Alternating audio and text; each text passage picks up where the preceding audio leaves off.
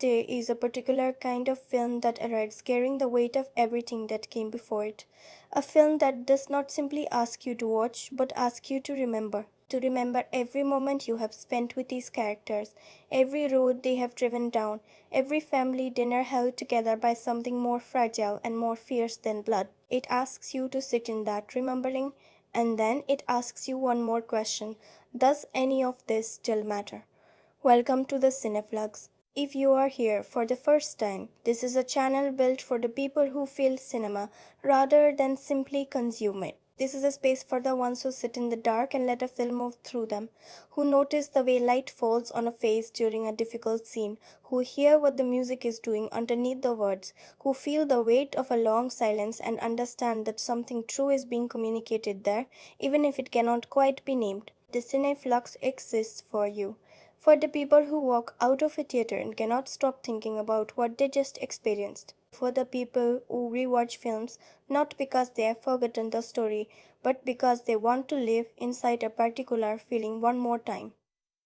What we do here is not a traditional review. We do not simply summarize and score. What we do is sit with a film, really sit with it, and try to understand what it was reaching for, what it managed to touch, and where the gap between those two things leaves you feeling a particular way. Sometimes that feeling is wonder, sometimes it is quiet disappointment, sometimes it is something harder to name, a kind of tender ambivalence that only a certain kind of film can produce. And that ambivalence, when it arrives honestly, is one of cinema's most interesting gifts. Today we are sitting with The Furious, the 2026 film. And I want to be honest with you from the very beginning of this conversation, because that honesty is what this channel is built on. This is not a film I found easy to love. It is not a film that broke my heart with how good it was. But it is a film that I found genuinely interesting to think about, a film that has things inside it worth excavating, worth holding up to the light, worth turning slowly in the hands to understand what it was actually trying to be. And that is in its own way an invitation worth accepting. Here is the thing about a film like this. When a franchise reaches a certain age, a certain size, a certain cultural weight, something interesting starts to happen to the films it produces.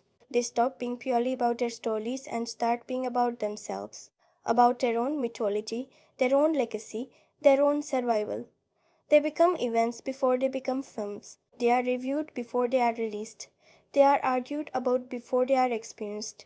And all of that noise, all of that expectation and history and cultural gravity presses in on every frame, every scene, every creative decision. It becomes almost impossible to encounter the film on its own terms without the entire architecture of everything that came before pressing against the glass. I want to try to do something different with this essay. I want to try to encounter the Furious as honestly as I can, to look at what it actually does, rather than what we needed it to do. To look at the moments where it genuinely works, where something in the filmmaking fires cleanly and true, and to look with equal care and equal respect at the moments where it does not, at the places where the weight of its own legacy becomes something closer to a burden than an inspiration. Both of those things deserve to be said clearly, neither of them should be said cruelly. Think about what it means to sit with a film and allow yourself to feel genuinely uncertain about it. We live in a cultural moment that is deeply uncomfortable with ambivalence. The algorithm asks you to rate something immediately, to place it neatly into a category, to know what you feel before you have truly had time to feel it. The internet wants your hot take and it wants it now. But cinema, real cinema, even cinema that arrives inside the body of a massive franchise blockbuster, does not always reward the immediate response.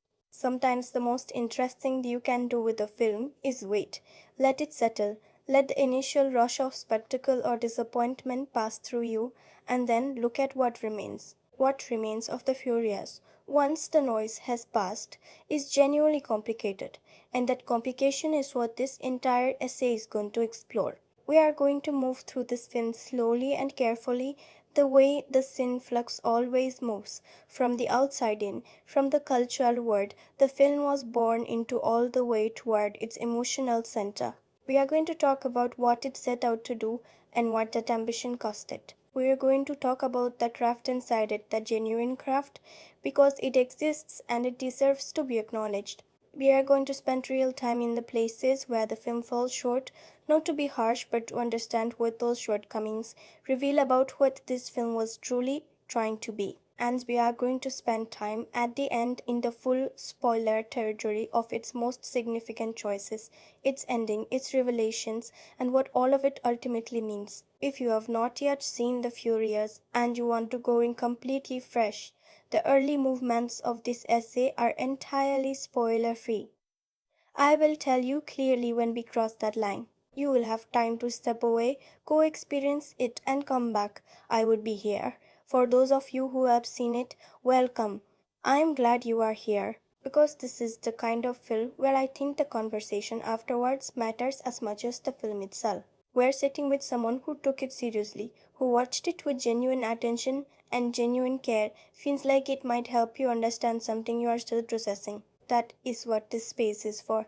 My personal rating for The Furious sits at 5.4 out of 10.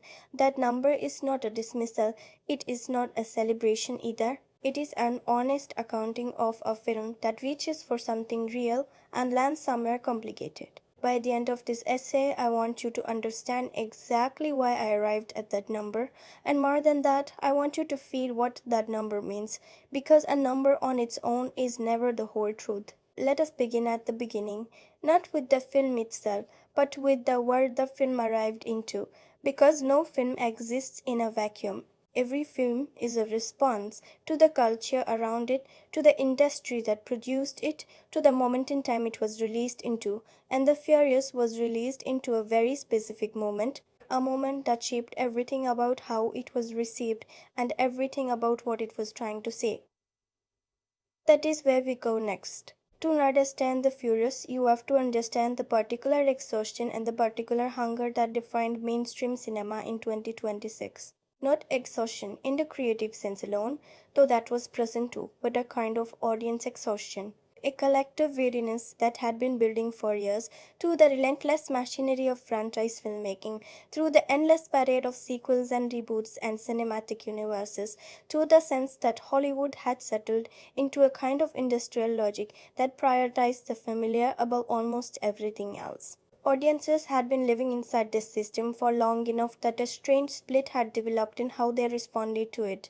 On one hand, the familiarity was comforting. These characters, these worlds, these brands, they were known quantities, reliable sources of sensation and nostalgia.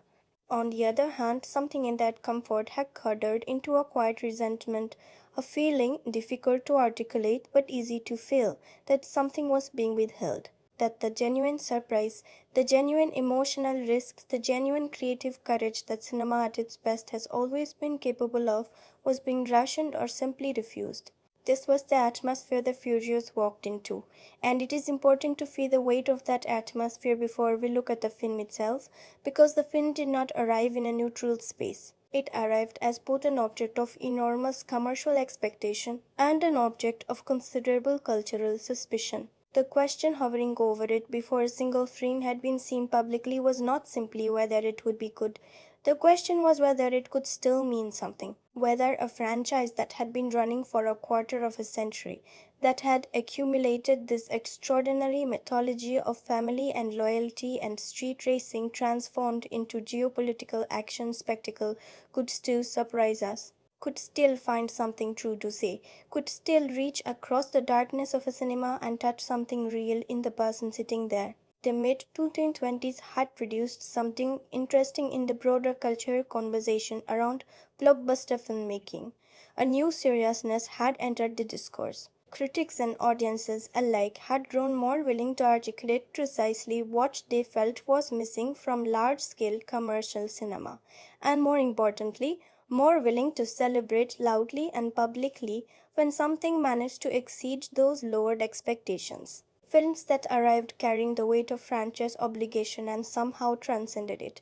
It were greeted with a kind of relief that bordered on euphoria. Films that confirmed every fear, that felt like product rather than art, were met with a wariness that the internet expressed in a very particular way, not with anger exactly, but with a kind of tired resignation. a collective shrug that somehow communicated disappointment more completely than any formal criticism ever could. Fast and Furious franchise had by 2026 become one of the most fascinating case studies in the entire history of blockbuster cinema. What had begun in 2001 as a relatively modest film about street racing and underground theft had transformed across its lifespan into something genuinely unprecedented, a global action mythology that had redefined what the genre could look like in terms of sheer scale, that had built one of cinema's most diverse ensemble casts at a time when that diversity was more radical than it might now appear, and that had done something almost no other franchise had managed to do.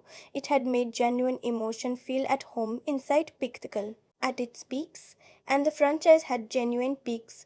It had found a way to make you feel the weight of friendship, of sacrifice, of found family in between sequences of physical impossibility that should have made emotional investment impossible. That is a rare thing. That is genuinely rare. But by the time The Furious arrived, the franchise was also carrying something heavier. The death of Paul Walker in 2013 had cast a permanent shadow over the series, a real human grief woven permanently into the fictional mythology, impossible to separate from it. The films that followed had handled that grief with varying degrees of care and honesty. And then there were the departures, the returns, the spin offs, the creative decisions that had divided the franchise's loyal audience into camps with increasingly entrenched positions. The series had become, in a very real sense, a battleground for different ideas about what this kind of cinema should be and what it owed to the people who had invested decades of their emotional lives into it. What was cinema itself doing in this moment? The theatrical landscape of 2026 was one still shaped by the long aftermath of the streaming revolution and the pandemic disruptions that had preceded it. The theatrical experience had not died. Far from it, but it had changed. Audiences had become more selective about what they chose to see on a large screen. The casual multiplex trip, the habit of simply going to see whatever was opening that weekend, had been replaced by something more deliberate and more demanding. When people chose to leave their homes and sit in a theater, they were making a statement about what they believed deserved that rule, and that placed an enormous pressure on films like The Furious, films that were, almost by definition, built for the theatrical experience, built for the shared space of a crowd reacting together to the next escalation of action and emotion. The critical reception to The Furious reflected exactly the tension that had been building around the franchise and around blockbuster cinema more broadly. Reviews were notably divided, not in the way that reflects genuine critical debate about a challenging work of art, but in the way that reflects critics approaching a film with very different frameworks and finding that those frameworks produce very different conclusions. Those who came in measuring the film against the history of cinema found it wanting in the ways you might expect. Those who came in measuring it against the specific pleasures and the specific emotional language of this franchise found things to appreciate that the broader critical conversation sometimes failed to acknowledge. The audience response, tracked through the standard metrics of the period, was warmer but not euphoric. The passionate segment of the fan base showed up and expressed that loyalty clearly. The more casual cinemagogue was less certain, and the gap between those two groups said something true about where the franchise had arrived. There was a conversation happening around this film before it released, a conversation about legacy, about endings, about whether the story of these characters had been told to its natural conclusion or whether it still had something left to say. That conversation did not stop when the film opened. In many ways, it intensified because The Furious did not settle the question, it complicated it, and complicating a question that audiences desperately wanted answered is a particular kind of creative choice, whether it is made intentionally or not. It produces a very specific kind of response in the people who encounter it, a restlessness, an incompleteness, a feeling of having been left standing in a doorway without being fully invited in or fully turned away. This is the cultural context the film carries with it. This is the weight that presses against every scene, every performance, every creative decision. And here is what I keep returning to when I think about that weight. It is not fair exactly to load a single film with all of that expectation. No film can carry that much history and still be purely itself. But it is also not possible to pretend that history does not exist. The Furious is not a film that arrived from nowhere. It arrived from one of the most complicated, most emotionally loaded, most culturally significant franchises in modern cinema history. And the way it responds to that arrival, what it chooses to honor, what it chooses to ignore, what it chooses to challenge, tells you almost everything you need to know about what kind of film it is trying to be. Streaming had already changed how many people first encountered the earlier entries in this franchise by the time The Furious appeared. There had been a genuine second wave discovery phenomenon around several of the middle films in the series. Films that had been somewhat overlooked or undervalued on their initial theatrical run and had found new and passionate audiences through the slower, more personal experience of watching at home. This created an interesting dynamic around The Furious before it arrived. A portion of its incoming audience was newly converted, newly passionate, in some cases encountering the full emotional weight of the franchise's mythology for the first time in the month leading up to this release. That audience brought with it an intensity and an emotional investment that the more fatigued long term fans sometimes found difficult to match. What does all of this tell us? It tells us that The Furious was never going to be a simple feel good or receive, that the act of watching it was already tangled up in a dozen different kinds of feeling that had nothing to do with its individual merits. It tells us that any honest conversation about this film has to begin here, in the world it was born into, in the expectations it carried, in the cultural moment it was designed to speak to, and that it sometimes managed to speak to, and that it sometimes missed entirely. Those misses are not purely the film's fault, but they are the film's responsibility, because a film that chooses to enter this conversation has to be prepared to be measured by it. And so we begin. There is a particular kind of film that announces itself with its title alone, not through cleverness or ambiguity or poetic mystery, but through a kind of declarative confidence, a statement of intent that functions almost like a dare. The Furious. Two words. A title stripped back to the essential quality that has defined this franchise from its earliest days, the quality that has always been its engine and its emotional core. Not the cars, not the laces, not the increasingly elaborate action architecture, but the fury, the rawness, the thing underneath the spectacle. That is when the franchise is working at its best, something surprisingly close to genuine human feeling. The Furious arrives in 2026 as the latest entry in one of cinema's longest running action franchises, a series that has defied every conventional understanding of how a film franchise ages and what happens to it when it outlives the cultural moment that produced it. It is a film that carries its franchise identity in every frame, every casting choice, every tonal decision. You cannot encounter it neutrally. You encounter it at the latest chapter in a story that millions of people have been living inside for 2.5 decades.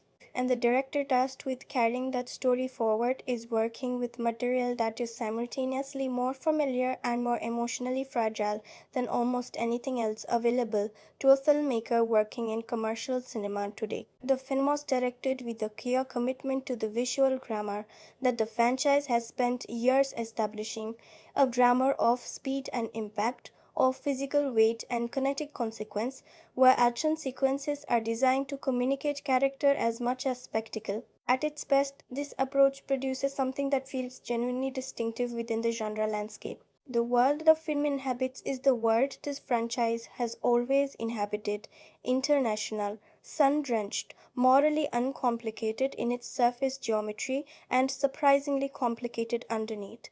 A world where loyalty is the highest value and betrayal is the deepest wound. It is a world where the stakes are always planetary in scale and somehow simultaneously personal, where saving the world and protecting your family are never separate ambitions, but always the same impulse expressing itself through different kinds of action. The ensemble at the center of the film carries the history of the franchise in their faces. Vin Diesel remains the gravitational center of this universe, the still point around which everything orbits, and what he brings to Dominic Toretto at this stage of the character's life is something genuinely interesting to observe. A man who has spent years performing strength and is now being asked to perform something more complicated, something closer to reckoning. The supporting cast around him has evolved with the franchise, each actor carrying their own relationship to the mythology, their own version of what these characters have meant across years of storytelling. There are performances in this film that remind you why certain actors have become so embedded in the emotional life of this series. Moments where a look or a gesture carries the full weight of a shared history that no single film could contain. What kind of story is this at its heart? Strip away the action choreography, the international locations, the set pieces of escalating physical impossibility, and what you find underneath is a story about what it costs to keep choosing the same things. What it costs to keep returning to the same fights, the same loyalties, the same identity year after year. The Furious is, at its emotional core, a film about repetition, about the strange relationship between habit and love, between the comfort of the familiar and the quiet terror of what happens when the familiar begins to feel like a trap. That is a genuinely interesting subject for a film in this franchise to engage with. Whether it engages with it successfully is a question the rest of this essay will spend considerable time with. The genre question is worth pausing on, because The Furious occupies an interesting position in the taxonomy of blockbuster action cinema. It is not purely an action film in the way that the word is sometimes used as a diminishment. It has ambitions that reach towards something more character driven, more emotionally weighted than the pure kinetic pleasure machine that the franchise sometimes becomes when it is running purely on spectacle. Those ambitions are visible throughout, in the quieter scenes, in the character dynamics, in the choices the screenplay makes about where to place its emphasis. The film wants to be taken seriously as a story about people, not merely celebrated as a delivery mechanism for sensation. That desire is one of its most interesting qualities. It is also, as we will explore, one of its most persistent tensions. Visually, the film occupies the heightened, saturated world that the franchise has made its own, a world of golden hour light and deep shadow, of locations that function as characters in their own right, of camera movement that communicates urgency and scale simultaneously. The cinematography carries the influence of the franchise's visual evolution. Clearly, a language developed across multiple films and multiple directors that has become something close to house style, recognizable, consistent, and in the hands of capable filmmakers, genuinely beautiful. The question of whether you should see this film, and I want to address this directly as this is the spoiler free territory where that question lives, depends enormously on what you are bringing to it. If you are a devoted participant in this franchise's mythology, if these characters never knew the way they live in so many people around the world, then The Furious offers you something. Not everything you might hope for, not the full emotional reckoning that the franchise's long arc has seemed to be building toward, but something real and something worth experiencing on a large screen where the scale and the sound and the shared energy of an audience can do what only theatrical cinema can do, what only theatrical cinema can do. There are moments in this film that will work on you if you have been with these characters for years.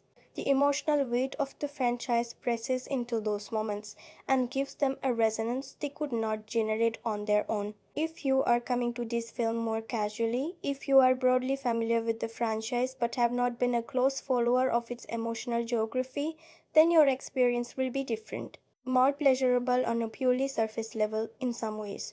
The action sequences are engineered to deliver sensation regardless of your emotional investment in the characters driving through them. But you will likely feel the gaps more acutely, the moments where the film assumes a depth of feeling that it then has to work backward to justify. The places where shorthand substitutes for genuine emotional development, because the film is relying on 2.5 decades of shared history to do the work that the screenplay does not quite do itself. And if you are a cinephile approaching this with the full weight of your critical vocabulary, if you measure films against the history of the medium and are asking whether this is cinema that genuinely matters, then I want to be honest with you, The Furious will test your patience at certain points.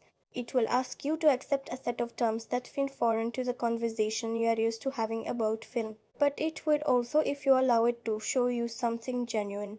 A kind of filmmaking that has its own intelligence, its own emotional honesty, that operates by rules worth understanding, even if they are not your preferred rules. This is a film that deserves to be encountered on its own terms before it is measured against anything else.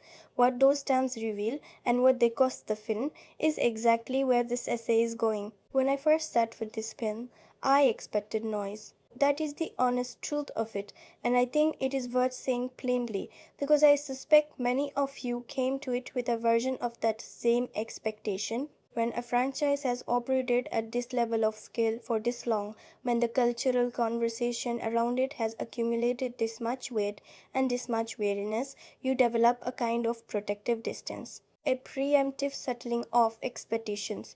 You tell yourself, I know what this is going to be, I know the shape of it. I know the rhythms of the action and the emotional beats and the way the family theme will swell at exactly the moments the screenplay requires it to swell. You prepare yourself for something familiar in both its pleasures and its limitations.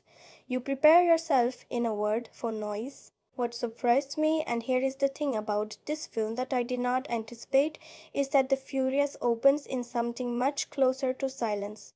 Not literal silence. The film is not without sound in its opening minutes, but there is a quality to those first frames, a quality of stillness and weight that I was genuinely not prepared for. The film opens in a way that communicates intention before it communicates story.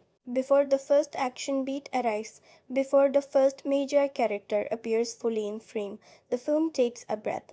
It holds something. It lets you sit in a particular atmosphere and feel the temperature of the world you are about to spend 2 hours inside. And in that opening, in that held breath, I found something I had not been expecting to find, evidence of a filmmaker who wanted this film to mean something. Now, whether the rest of the film lives up to the promise of that opening is a question we will spend considerable time with.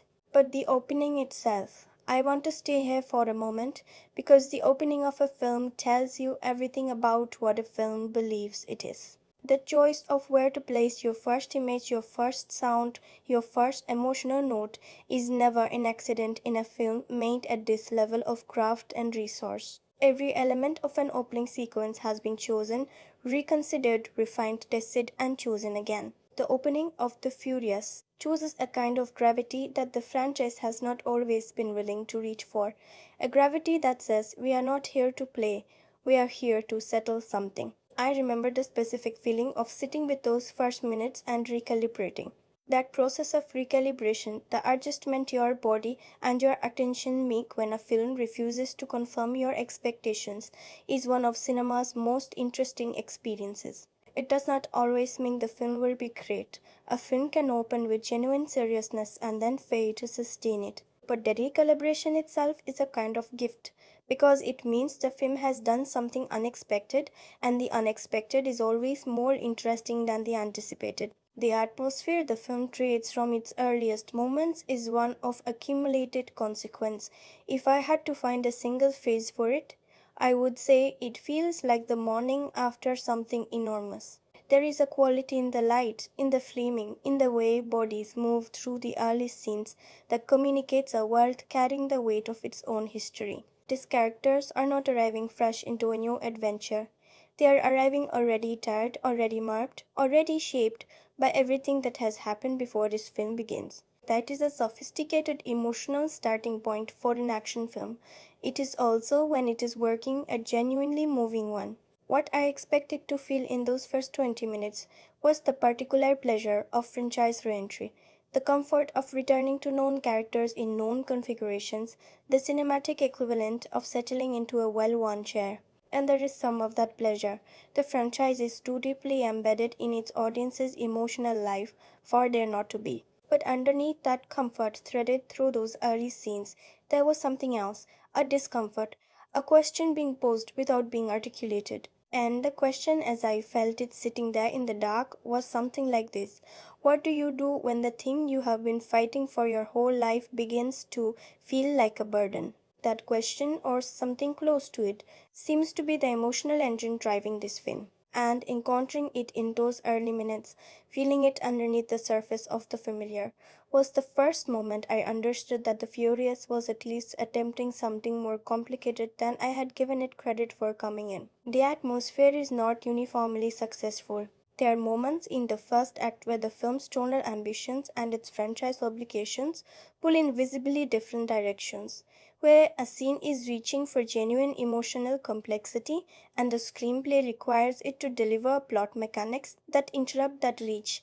Those interruptions are jarring in a way that would not register in a more purely plot driven film, precisely because the film has asked you to invest at an emotional level that makes the machinery of the plot feel intrusive. It is one of the interesting paradoxes of a film that wants to be taken seriously. The more seriously it asks you to take its characters, the more clearly you can see the moments when the story stops being about them and starts being about what needs to happen next. But I want to stay with the first impression for a moment longer, because first impressions matter in cinema the way they matter almost nowhere else. The first time you sit with a film, you are open in a way you will never be again. Every subsequent viewing is filtered through what you already know, what you already feel about it. The first viewing is the only pure encounter. And what my pure encounter with the Furious gave me was an experience more textured and more genuinely uncertain than I had expected. It gave me moments of fear feeling alongside moments of fear frustration. It gave me a film that was clearly reaching for something, even when it could not quite grasp it. And it gave me, in those early atmospheric minutes, something I always find valuable in any film, regardless of its overall quality, the sense that the people who made it cared. Caring is not sufficient. Caring does not guarantee coherence or craft or emotional intelligence or any of the other things that make a film genuinely great. But caring is the beginning of everything. Without it, you have product. With it, even a flawed film has a pulse. A genuine heartbeat that you can feel if you are paying the right kind of attention. The Furious, whatever else it is, has a pulse, and that pulse is what kept me watching, what kept me leaning forward rather than settling back, what made me arrive at the end of it with more to think about than I had expected when I pressed play. That is a gift, even when it comes wrapped in frustration. And it is, I think, the most honest way I can describe what it felt like to sit with this film for the first time. The story of the Furious does not begin where it seems to begin. This is one of the first things you notice when you are watching it with genuine attention, that the film's apparent starting point, the inciting event that sets its plot in motion, is not actually the origin of the emotional journey it is taking you on. The real beginning of the story happened years before the first frame. It happened in the accumulation of choices these characters have made across a decade and a half of shared history, in the debts they have accrued, in the wounds they have learned to carry. By the time The Furious opens, every character is already mid sentence in a conversation that started long before this film did, and the film's first act understands this. It does not pretend to be a beginning, it presents itself honestly as a continuation, and asks you to feel the weight of everything that continuation implies. Dominic Toretto enters this film in a particular state. Not a state the film announces with exposition or explains through dialogue, but a state you feel in the way he moves through the first scenes, a careful, considered quality, as though a man who has always operated on instinct has learned at some cost to slow down and think before he acts. This is not weakness, it is something more interesting than weakness. It is the posture of a man who has won so many times that winning has begun to feel insufficient, who is asking for perhaps the first time what all of it has actually been for. Diesel brings something genuinely earned to these early scenes. There is a stillness in him that does not read as performance, it reads as time, as the accumulated weight of a character who has been living in the same emotional register for so long that even he has begun to notice the cost. The film establishes its central conflict with a clarity that is one of its more effective structural choices. A threat arrives, as threats always arrive in this universe, from a direction that feels simultaneously new and deeply familiar.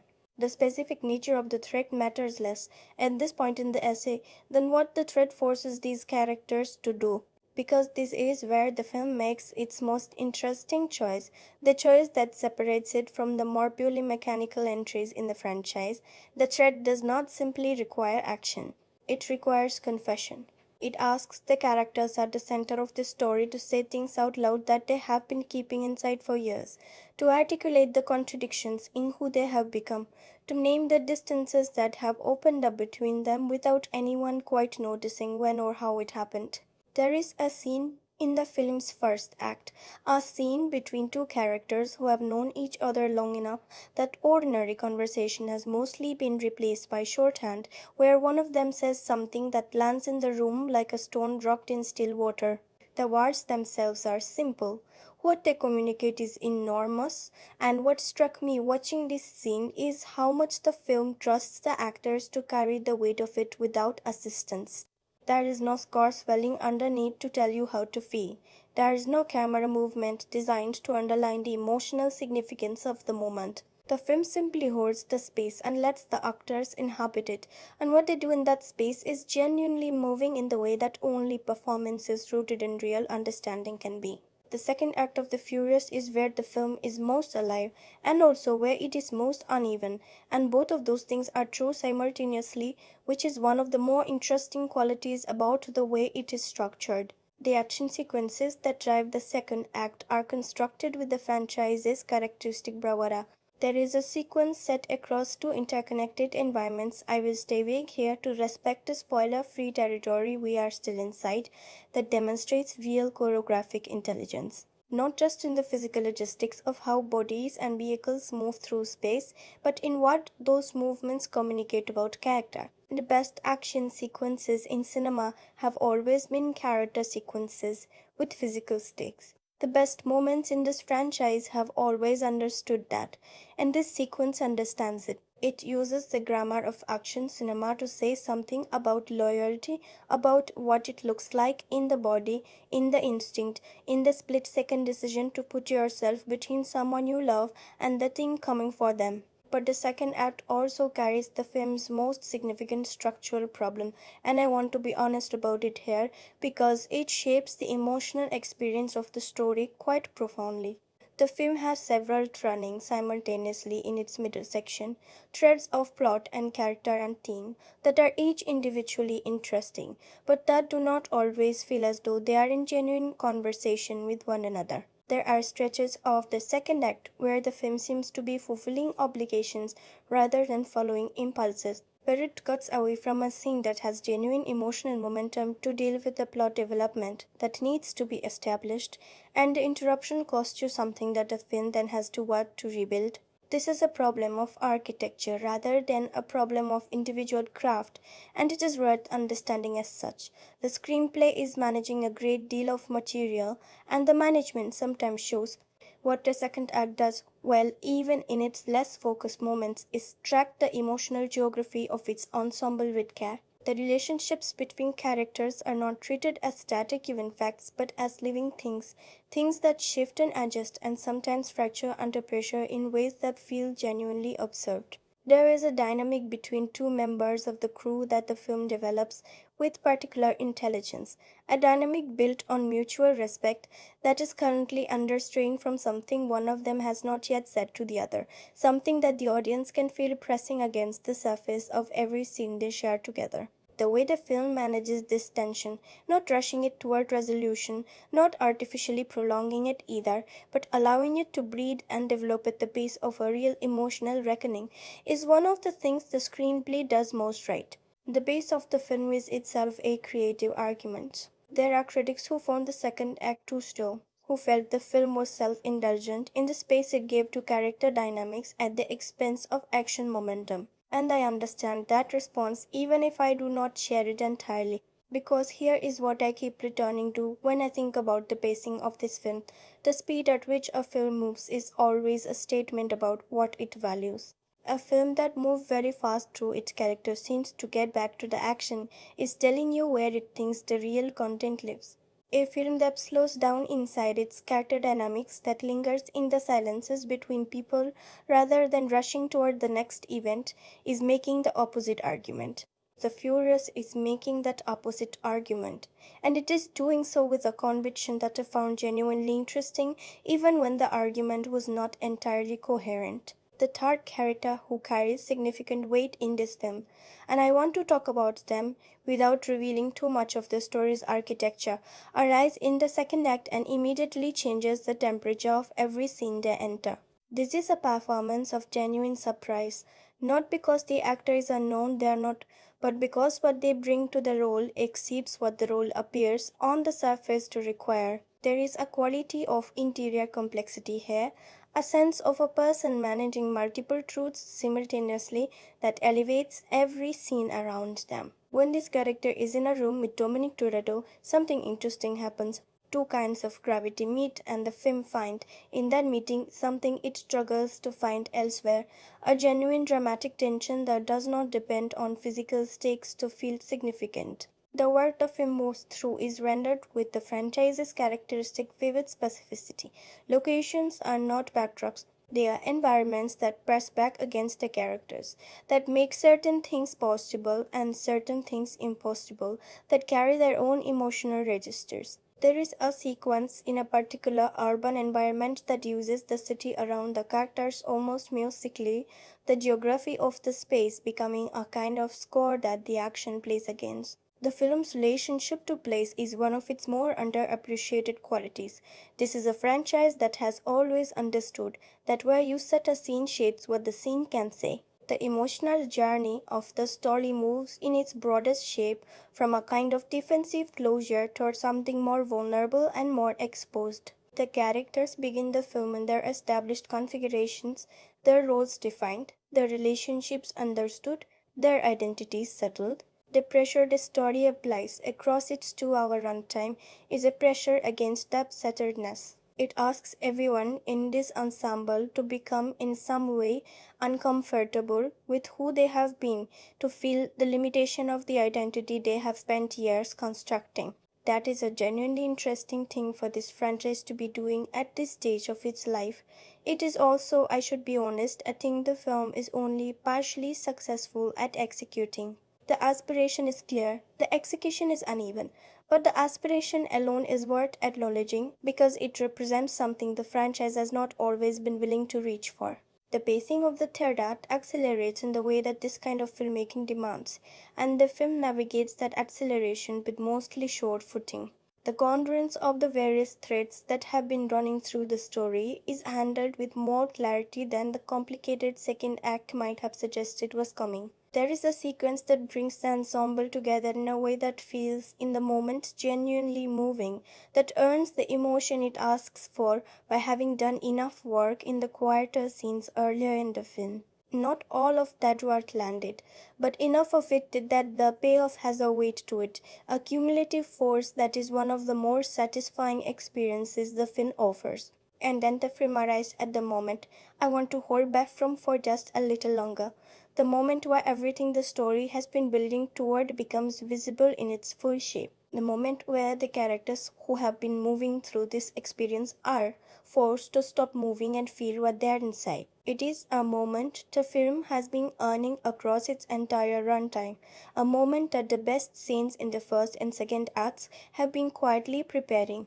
And here is where the film shifts completely, where the story stops being about what these characters are doing and becomes, with sudden and unexpected clarity, about who they are, who they have always been, underneath the speed and the fury and the mythology, and what the cost of being that person is when the world stops moving fast enough for you to outrun the question. We will return to that moment in full, but for now, the story has been told as honestly as I can tell it without standing inside the film's deepest territory. What it feels like from the outside, from the position of a viewer encountering it for the first time without knowing where it is going, is a story about people trying to hold on to something they are not sure they still have the right to hold.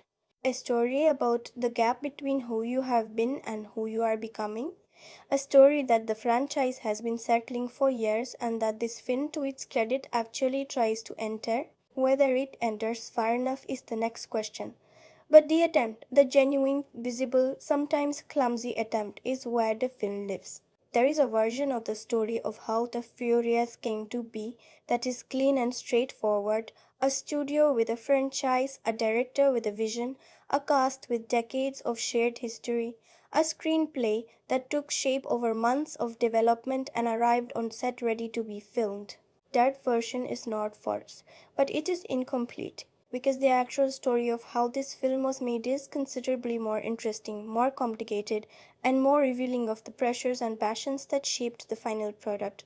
And understanding how a film was made is never simply a matter of production trivia. It is a way of seeing the film differently, of understanding why certain scenes feel the way they feel, why certain choices were made that another filmmaker might not have made, why the film carries the specific texture and the specific limitations that it does. The development of The Furious reportedly began in earnest following the conclusion of the previous entry in the franchise, during a period when the studio and the key creative stakeholders were engaged in a serious conversation about what the remaining story of these characters actually was. According to various interviews and statements that emerged during the promotional period, this was not a straightforward conversation. There were genuine substantive disagreements about direction, about tone, about which characters deserve the most screen time, about how much the film should lean into the franchise's action spectacle heritage versus how much it should prioritize the more intimate character dynamics that the most beloved entries in the series had managed to balance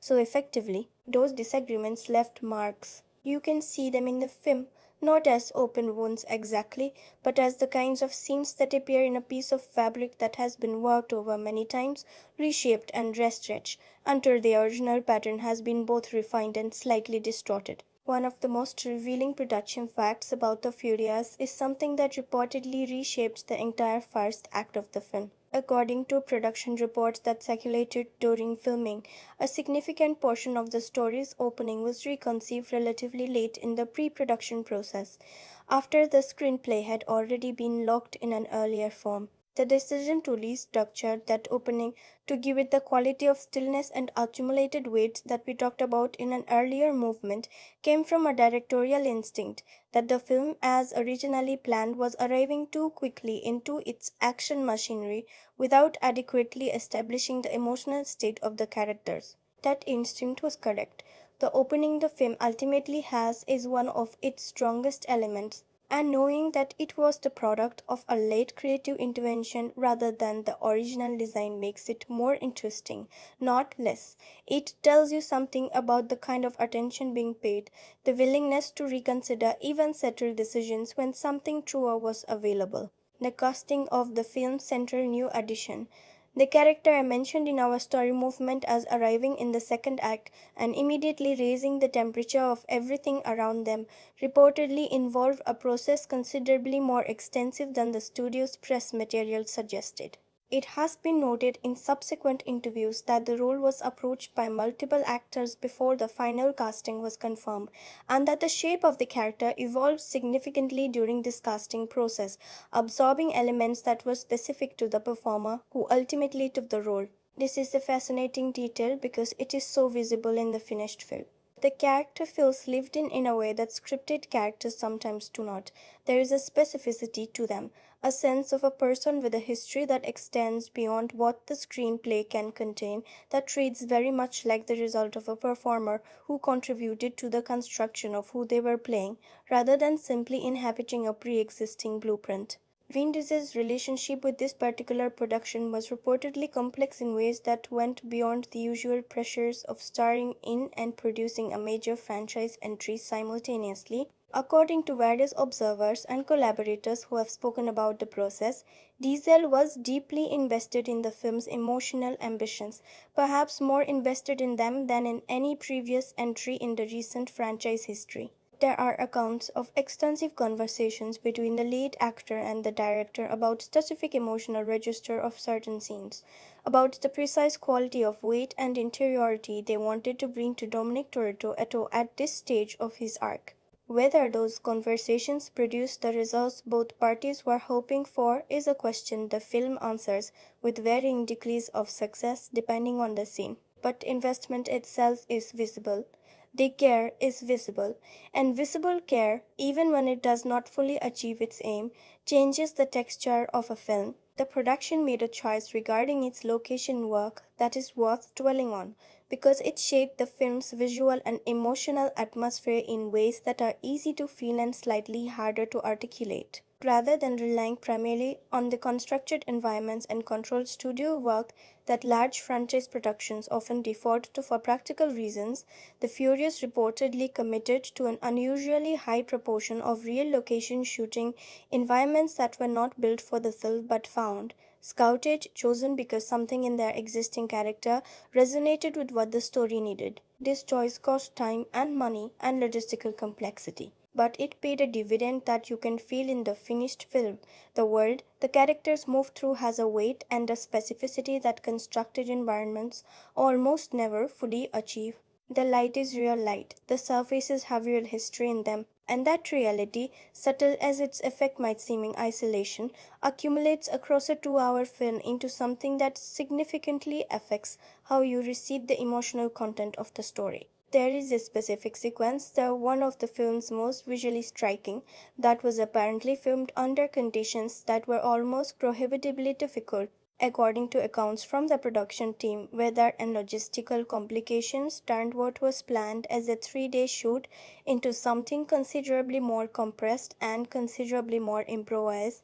The interesting thing is that improvisation shows, but it shows as energy rather disorder. There is a quality of immediacy and unpredictability to the sequence that a more controlled shoot might not have generated, a sense of things happening in real time that the camera is just barely keeping pace with. Knowing that this quality was partly the product of necessity rather than purely of design adds an interesting layer to experiencing it. Cinema has a long history of accidents that turned out to be gifts, of constraints that became the source of something a more comfortable process would never have found. The score of the film deserves a mention in this production context because the musical decisions made during post production apparently went through a significant evolution before arriving at what is heard in the final cut. It has been noted that earlier cuts of the film were working with a significantly more conventional franchise style score, the kind of propulsive, muscular music that the genre has established as its default emotional language. The decision to move towards something more restrained, more atmospheric, more willing to sit in silence rather than fill every available space with sound was reportedly made relatively late in the editorial process, and it was, I want to say clearly, the right decision. The score the film has serves the emotional ambitions of its storytelling in a way that the more conventional approach would not have. It creates the space that certain scenes need to breathe. It trusts the actors in ways that a more insistent musical presence would have undermined. What all of these production details add up to, when you lay them alongside one another, is a picture of a film that was genuinely being made rather than simply being manufactured. That distinction matters. Films that are manufactured, produced through the pure application of proven formulas by a system that has been optimized to generate reliable commercial results, have a particular quality. They're smooth in ways that feel frictionless but also feel empty. They do not carry the marks of genuine creative struggle because genuine creative struggle has been engineered out of the process. The Furious carries those marks. The struggles are visible in the uneven second act, in the places where different creative priorities pull against one another, in the scenes that feel overmanaged and the scenes that feel, by contrast, almost surprisingly alive. But those marks are not purely costs. They are also evidence of something real having happened during the making of this film. Evidence that people were genuinely trying, genuinely disagreeing, genuinely reaching for something that they were not entirely certain they could catch. And when you watch the film with this production context in mind, with the knowledge of the reconceived opening, the evolved casting, the real location commitment, the late score revision, you begin to see it slightly differently, not as a finished product delivered from above by an infallible studio machine, but as the result of a process. A messy, passionate, imperfect, genuinely invested process. The kind of process that makes a film feel like it was made by human beings who cared about what they were doing. And in an era of franchise filmmaking where that quality is far from guaranteed, it is worth naming clearly when you find it. Let me tell you about a specific moment. it eroded in the film's second act during a scene that has no action in it, no physical stakes, no movements through space. Two characters are sitting together in a place that carries its own history, a location that the franchise has given meaning to across multiple films, a space that functions in this mythology the way certain rooms function in the mythology of families as the place where the truest conversations happen, where the performance of strength becomes too exhausting to maintain. One character says something to the other listens, and in the listening, in the quality of stillness and attention and barely contained feeling that the actor brings to the act of receiving rather than speaking, the film achieves something that I found genuinely moving. Not because of what is said, not because of the words the screenplay gives to these people, but because of what the actor does in the silence after the words, in the breath between receiving something and responding to it. In that breath, an entire interior world becomes visible. And that is what great screen performance always is, not the delivery of lines, but the life that exists in the spaces between them. This is what the Furious achieves at its best, and it is worth being very clear about what that achievement is, because it is easy to overlook in a film of this scale. The film's most significant accomplishment is not in its action sequences, impressive as several of those are. It is not in its production design or its cinematography or its score, all of which are accomplished and some of which are genuinely striking. Its most significant accomplishment is in the performances it draws from its principal cast, and specifically in the way it asks those performers to go deeper than this franchise has often required them to go, and in the way they respond to that invitation. Vin Diesel has been playing Dominic Toretto for long enough that the character has become, in the cultural imagination, almost inseparable from the actor. This is both an asset and a constraint. The asset is obvious: there is an authenticity to his inhabiting of this role, a sense of a man who knows this character from the inside that cannot be manufactured or taught. The constraint is equally obvious. How do you find something new in a character that has been so thoroughly explored, so publicly performed for so many years? What the Furious asks Diesel to do is find Toretto's uncertainty, not to perform strength and confidence and moral clarity, the register he has inhabited so effectively across the franchise, but to perform the quiet, corrosive experience of a man whose certainty has begun to crack. And what he does with that invitation is one of the film's genuine achievements.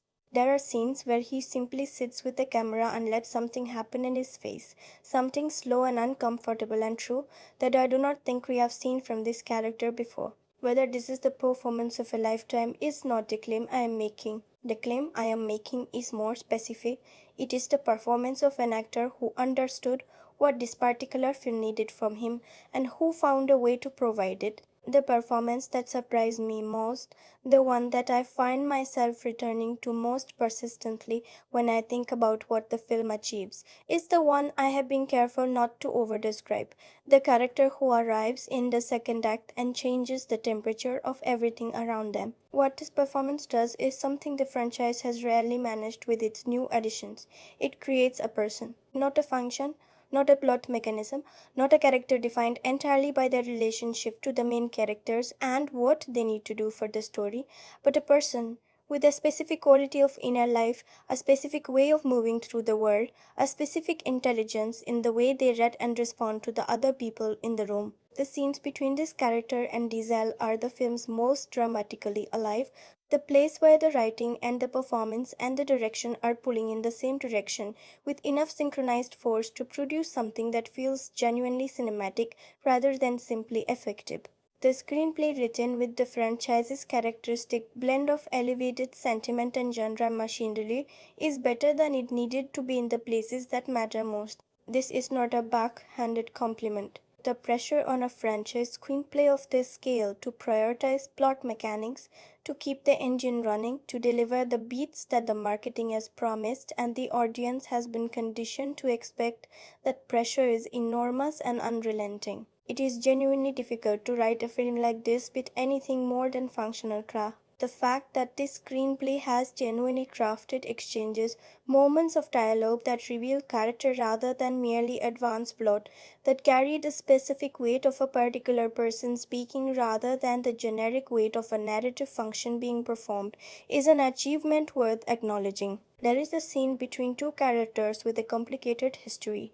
A history of loyalty tested and partially broken and partially rebuilt that the screenplay handles with real sophistication. The scene has a subtext that runs deeper than its surface conversation, and the way that subtext is managed, the way neither character quite says what they mean while both communicating exactly what they feel, is writing of genuine quality. It reminded me that the franchise, at its best, has always understood something important, that the most effective emotional scenes are the ones where the characters are not saying the real thing, where the gap between the spoken word and the unspoken truth is where the audience lives. This scene lives in that gap, and it is one of the screenplay's finest accomplishments. Visually, the Fridas operates in a register that is simultaneously deeply familiar and, in its most constituent ways, genuinely beautiful. The director understands something fundamental about how the camera relates to bodies in motion, understands that the grammar of action cinema is not just about speed and impact, but about spatial clarity, about allowing the audience to understand at all times where bodies are in relation to one another and what those spatial relationships mean emotionally. There is an action sequence in the film's second act that demonstrates this understanding with particular clarity. Bodies move through a complex environment at high speed, and throughout the sequence, which is choreographed and shot with real intelligence, you always know exactly where everyone is. You always understand the geometry of the situation. That sounds like a modest achievement, but it is not. It is surprisingly rare in contemporary action cinema, where the default tendency is to obscure rather than clarify, to use the appearance of speed rather than actual physical coherence to generate the sensation of action. The visual language of the film extends beyond its action sequences into a more considered compositional approach in the dialogue scenes. There is a recurring choice, a specific way of framing two-person conversations that places both characters in the frame simultaneously but at different depths, one slightly closer and one slightly further from the camera, that communicates, without ever making it explicit, the emotional distance or proximity between the people speaking. It is the kind of compositional intelligence that most audiences will never consciously notice and that every audience will unconsciously feel. That is what good visual storytelling does. It works on you without announcing itself. The way this film uses silence, and I want to speak about this here, though the essay's dedicated movement on cinematic silence is coming, begins with the score. The musical choices the film makes are, as I mentioned in our production movement, the product of a deliberate evolution toward restraint. What that restraint produces is something that enhances the film's emotional ambitions significantly. The score enters and exits with a precision and a care that allows certain scenes to carry more weight than they might otherwise. There is a sequence near the end of the second act where the music stops entirely, not fades out, but stops, a clean cessation, at a moment where something is said that changes the nature of the scene. That stop is a musical statement. It says what just happened is too significant for accompaniment. It deserves to be heard in the silence. And the scene benefits enormously from that decision, from the courage of taking the music away at the very moment when a less confident film would have brought it in to tell you how to feel. The sound design more broadly is one of the film's quietly accomplished elements. The franchise has always understood that the acoustic world of a scene carries as much emotional information as its visual world, that the specific sound of a particular engine, the texture of a specific environment, noise, the way sound changes when a character moves from one space to another, all of these things contribute to the physical reality of the world on screen in ways that audiences process at a level below conscious attention. The Furious uses this understanding well. The acoustic world is vivid and specific throughout, and in the action sequences, the sound design and the choreography are integrated with a seamlessness that makes the action feel physically present in a way that pure visual spectacle alone never quite achieve. What this film achieves then is something worth saying plainly. It achieves genuine craft at a level the franchise has not always managed, and genuine emotional aspiration at a level that exceeds its execution but still produces something worth experiencing. It achieves performances that carry real into real life. It achieves visual storytelling that thinks about what the frame is saying, not just about what it is showing. It achieves a score and sound design that serve the story rather than simply accompanying it. None of these achievements are small. In the context of the franchise's history and in the context of what blockbuster filmmaking so often settles for, they are things worth celebrating clearly before we spend time with what the film does not manage to achieve. Because that conversation is coming, and it is an honest conversation, and it matters precisely because the achievements are real.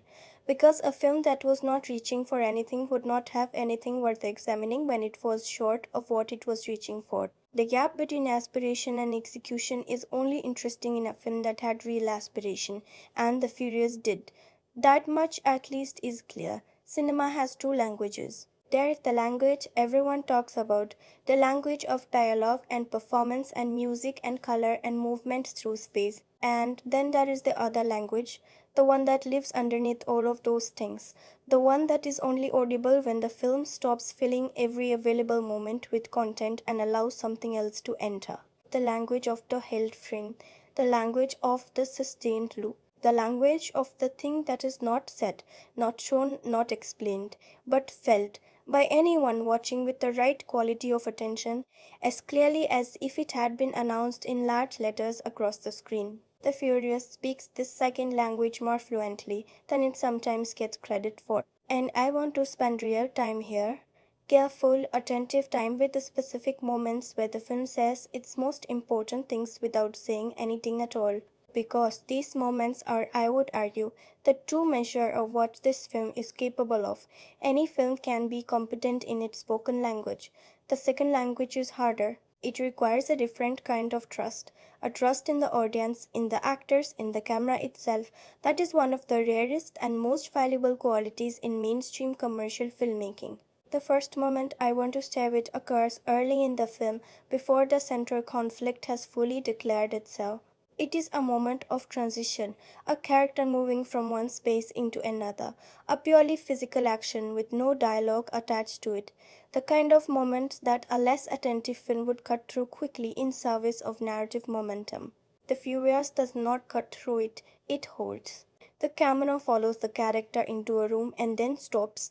The character continues to move slowly towards something at the far edge of the frame, and what happens in that sustained observation is an accumulation of feeling that no line of dialogue could have delivered more efficiently. We understand in those few seconds of held camera something essential about where this person is emotionally. We understand the quality of their solitude, the weight of whatever they are carrying into this room, the specific texture of a particular kind of loneliness that is not emptiness but fullness, a fullness of memory and responsibility that has nowhere to go. The room absorbs them, the camera witnesses, and the audience receives something that is entirely communicated through the grammar of visual attention. This is what I mean when I say the film speaks a second language. That moment did not need words. Words would have diminished it. Words would have replaced the ambiguity, the beautiful, productive ambiguity of a feeling that each audience member can inhabit according to their own emotional history, with something specific and therefore smaller. The film understood this. It chose silence, and in choosing silence, it chose the larger thing. There is a recurring visual motif across the film, something I noticed on second viewing more than first, which is often how the second language works, involving hands. The film returns again and again to close shots of characters' hands in moments of emotional significance, not their faces, their hands. This is a choice that reveals considerable directorial intelligence, because hands are the part of the body that most honestly communicates a person's interior state when the face is performing composure. An actor who has learned to keep their expression controlled under pressure has often not extended that control to their hands. And what the camera finds in these close shots, the stillness or the restlessness, the grip or the release, the way fingers move against the surface or curl inward or simply lie open, communicates character in ways that the most carefully crafted piece of dialogue rarely manages. There is one specific instance of this motif that stayed with me long after the film ended. Two characters are in conversation, a difficult conversation, the kind that carries consequences, and the camera drifts almost imperceptibly to the hands of the character who is listening rather than speaking. What those hands are doing tells a story that the character's face is refusing to tell. There is a quality of barely contained agitation in the movement, a microphysicality that speaks of something fighting its way toward expression and being held back. The film does not comment on this, it does not cut to a reaction shot or bring the score in to tell you what to feel. It simply observes, and in the observation, it gives you access to the character's interior life in the most direct way cinema knows. What the film chooses not to show is equally eloquent. There is a confrontation near the end of the second act, a moment that the narrative has been building toward for a significant portion of the runtime, a moment where two characters face something that has been between them for a long time, where the film makes a remarkable decision. It chooses to deny you the expected visual. It sets the moment up with precise emotional architecture, lets you feel the weight of everything that is about to happen, and then, at the precise moment where conventional filmmaking would have held on the action and given you the cathartic release you have been waiting for, it cuts away. You hear the moment rather than seeing it. You are given the acoustic reality of what happened without the visual one. I sat with this choice for a long time afterward, turning it over in my mind the way you turn over a particularly naughty question. And here is what I keep returning to. The cutaway does not withhold the moment from you. It does something more interesting. It places the moment inside you rather than in front of you. By denying you the visual, the film forces you to construct what happened from sound and implication and the emotional preparation of everything that came before.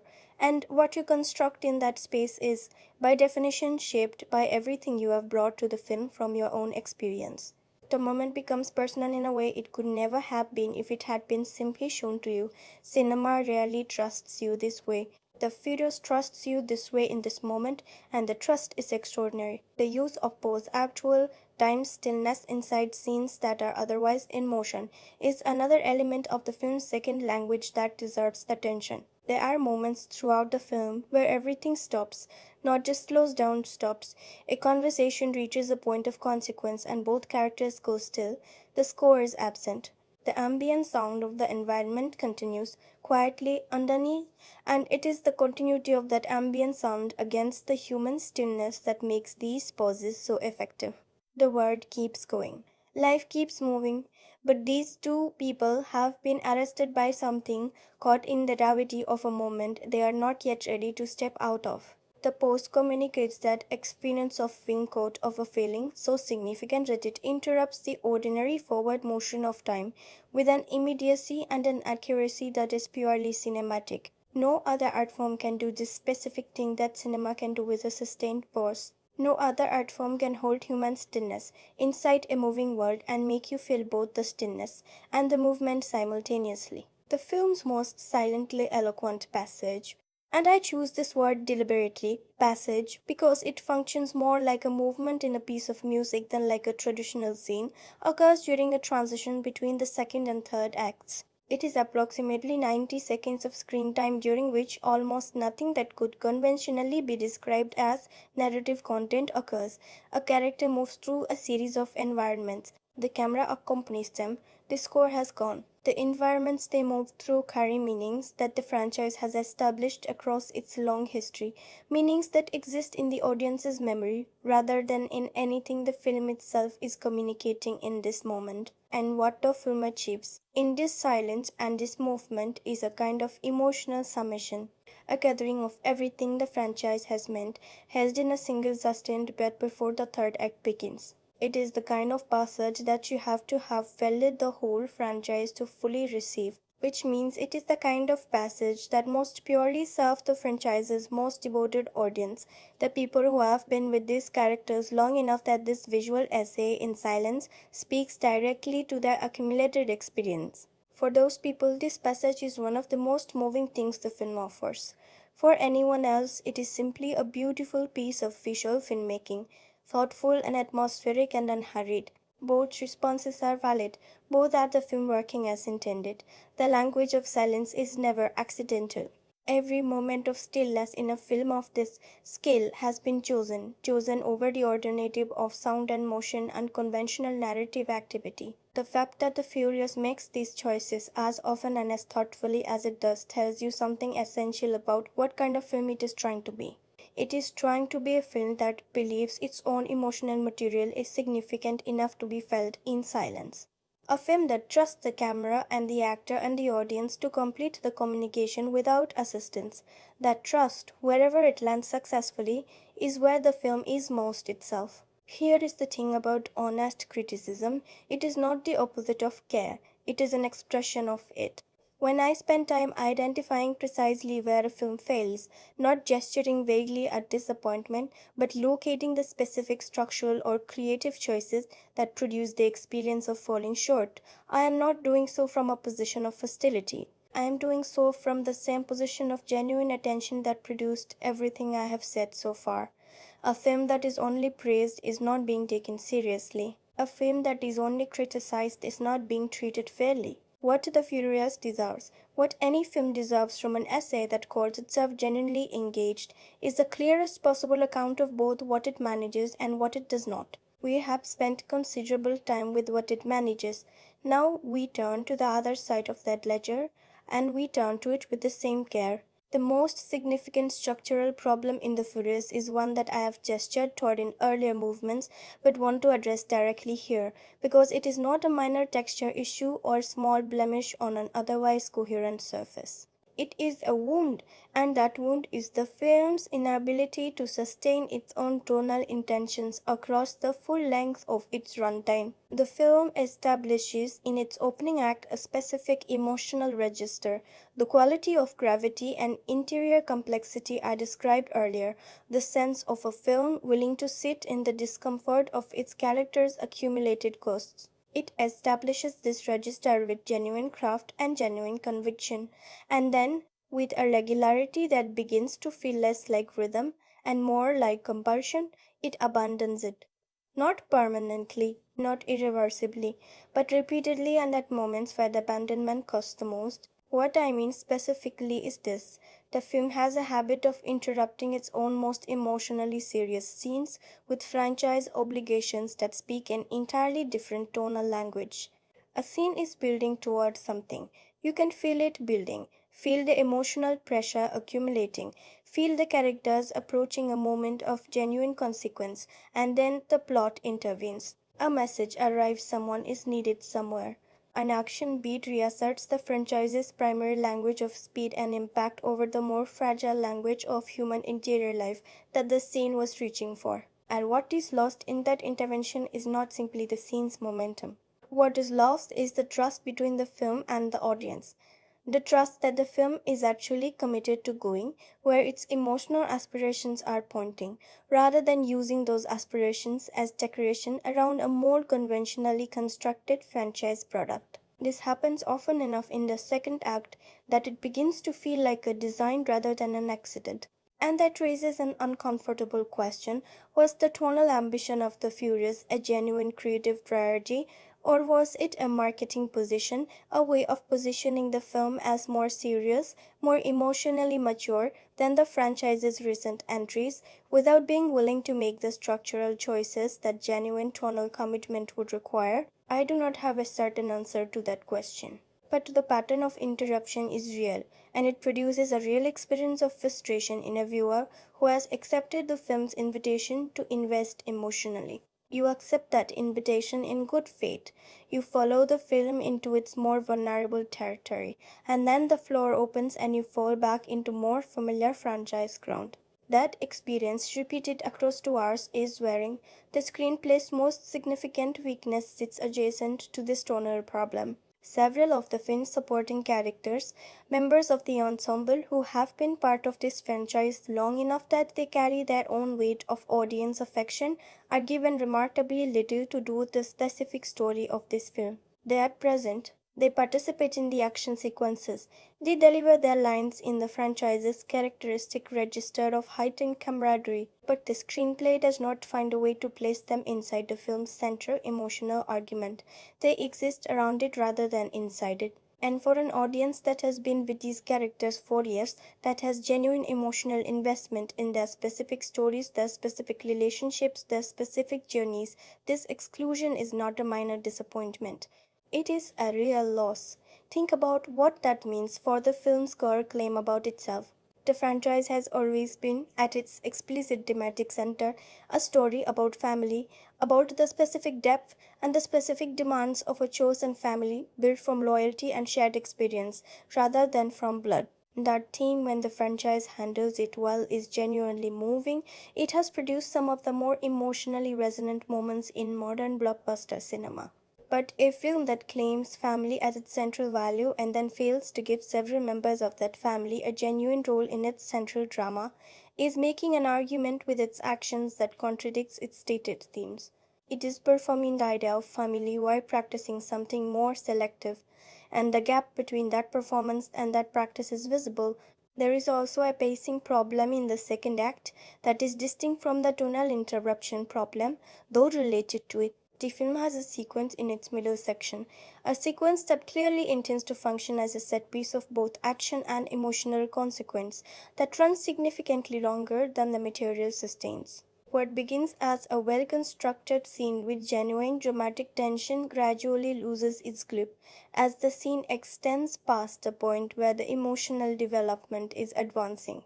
The action continues. The physical stakes escalate, but the character truth of the moment has already been delivered, and everything that follows is the film repeating a note that has already been fully sounded. In a different film, with a different editorial approach, this sequence would have been tightened by perhaps a third.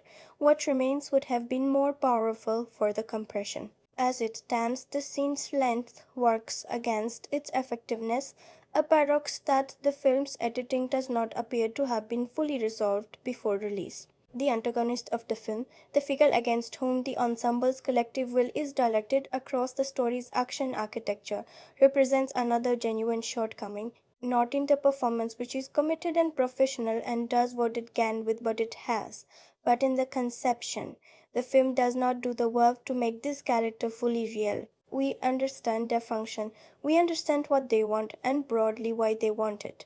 But we do not feel the weight of them as a human being whose choices emerge from a specific felt experience of the world. The franchise has, at certain points in its history, produced antagonists of genuine depth, characters whose opposition to the protagonists illuminated something true about the central themes, rather than simply providing a target for the action to resolve against. This film does not achieve that. Its antagonist is a mechanism, a capable, well executed mechanism, but a mechanism nonetheless. And the shallowness of the opposition limits the depth of the dramatic stakes in ways that are felt most acutely in the film's climactic sequences, where what should feel like genuine consequence too often feels like the predetermined outcome of a plot that was never seriously in doubt. A more specific flaw, but one worth naming because it represents a missed opportunity of considerable significance. There is a relationship in this film between two characters whose shared history contains enormous emotional potential that the screenplay identifies early and then consistently refuses to develop. The film keeps returning to this relationship. It places these two characters in scenes together with a frequency that signals intention. And yet, each of these scenes delivers essentially the same emotional beat, the same acknowledgement of the same tension, without any movement, without any development, without any genuine evolution of where the characters stand with one another. By the third time the film has returned to this dynamic and delivered the same note, you begin to feel the absence of growth as a structural choice rather than an oversight, which means you begin to wonder whether screenplay wanted to develop this relationship and could not find a room, or whether it was satisfied with the idea of the relationship as a gesture toward emotional depth without feeling obligated to the harder work of actually providing that depth. Either possibility is a failure. The first is a failure of architecture. The second is a failure of ambition. None of these flaws are small enough to dismiss as minor. Each of them costs the film something real, costs it coherence, emotional impact, dramatic credibility. Together, they constitute the primary reason that a film with this much genuine craft and this much genuine aspiration lands at 5.4 rather than somewhere considerably higher.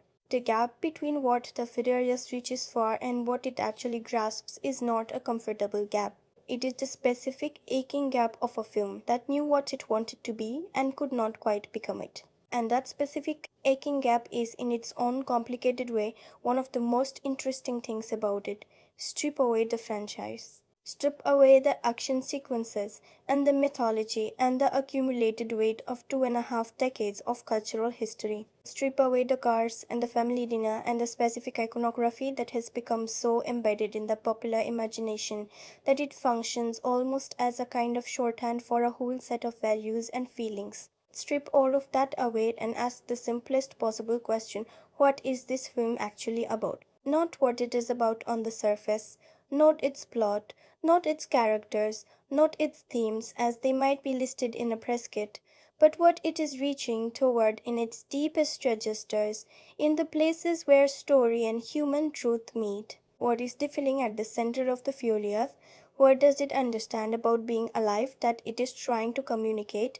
Here is what I keep returning to every time I sit with this question. The Furious is a film about the cost of consistency, about what happens to a person or a family or a community when the qualities that define them, the qualities they built their identity around, begin to demand more than they can sustainably give. Dominic Toretto has been, across this franchise's entire history, a figure of absolute consistency. His values do not waver. His loyalties do not bend. His identity is constructed from certainty. The certainty of what matters, the certainty of who deserves protection, the certainty of where the line is and what happens to anyone who crosses it. That consistency is the thing his family has organized itself around. It is the gravitational constant of the entire universe this franchise has built. But the Furious is asking quietly, sometimes almost inaudibly, but persistently, what that consistency costs. What it means to be the person who never wavers, never retreats, never admits uncertainty in a world that keeps changing around you. What happens when the consistency that was a source of strength begins to function as a kind of rigidity? When the refusal to change, the refusal to be moved, becomes indistinguishable from an inability to grow? This is a genuinely uncomfortable question for a franchise to ask about its own hero. It is uncomfortable because it touches something true about how identity works, about how the qualities we most admire in people are so often the same qualities that eventually limit them, that eventually become the walls of the room they live inside, rather than the ground they stand on. Think about what that means in the context of what this franchise has always claimed to be about. Family, as the franchise defines it, is built on loyalty, on the idea that the people you choose become as real and as essential as any biological bond, that the commitments you make to them are absolute and unconditional. That is a beautiful idea.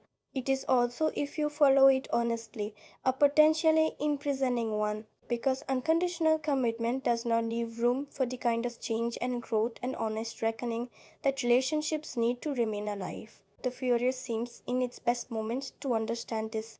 It seems to be asking whether the loyalty that holds this family together has begun to calcify, whether the love these people have for one another has been, over the years, gradually replaced by the habit of love, by the performance of loyalty rather than its living practice. The symbol that carries this theme most clearly is not one the film announces. It does not use it as a set piece or underline it with music or place it in dialogue. It returns to it quietly, almost accidentally, across the film's runtime, and that symbol is stillness, in motion, the specific image of a person at rest inside something that is moving. A character seated in a vehicle, traveling at speed. A character standing on something that is being moved by forces outside their control. The film returns to this image again and again, and what it communicates each time is something about the specific condition of a person who has stopped driving their own life and become instead a passenger in it, carried by momentum, by the speed of everything that has already been set in motion without any longer being the one who chooses the direction.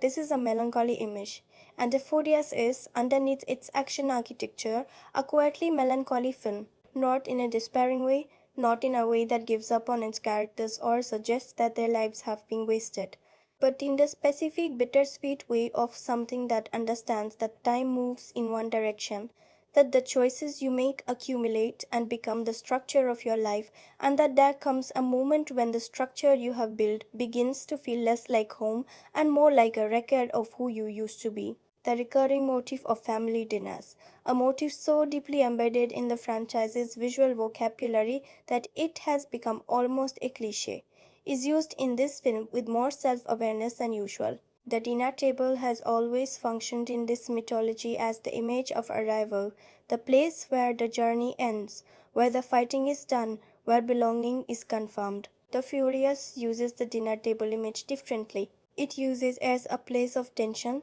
rather than resolution, a place where the people sitting together can feel the distance between them despite their proximity, can feel the ways in which the ritual of gathering has persisted while something essential in the gathering itself has shifted. The table is the same. The people are different, and the film is honest about what that difference means. What does this film understand about human experience that is worth carrying away from the cinema?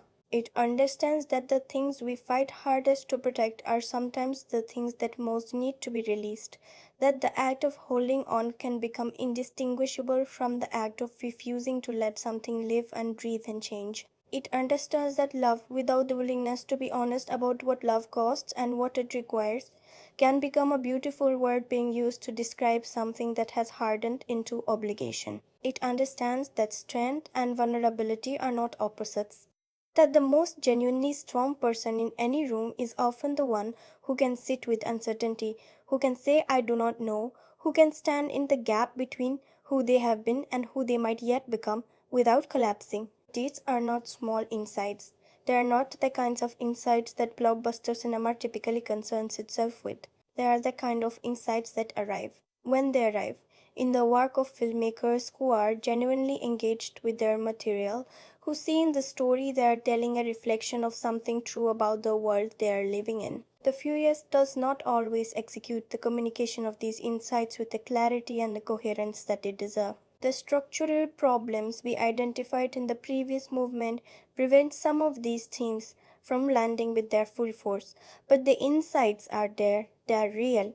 They are the film's beating heart even when the film's architecture does not always allow you to feel the pulse clearly. There is a real world resonance to all of this that the film does not make explicit, but that I think is worth naming. We are living in a cultural moment defined to an unusual degree by questions about identity and consistency, about whether the values and commitments we have organized ourselves around still serve us, whether the stories we tell about ourselves are live or merely habitual. The Furious, arriving into that moment as the latest chapter of a franchise that has itself become a kind of cultural institution, is asking those questions about its own characters in ways that echo the questions the wider culture is asking about itself.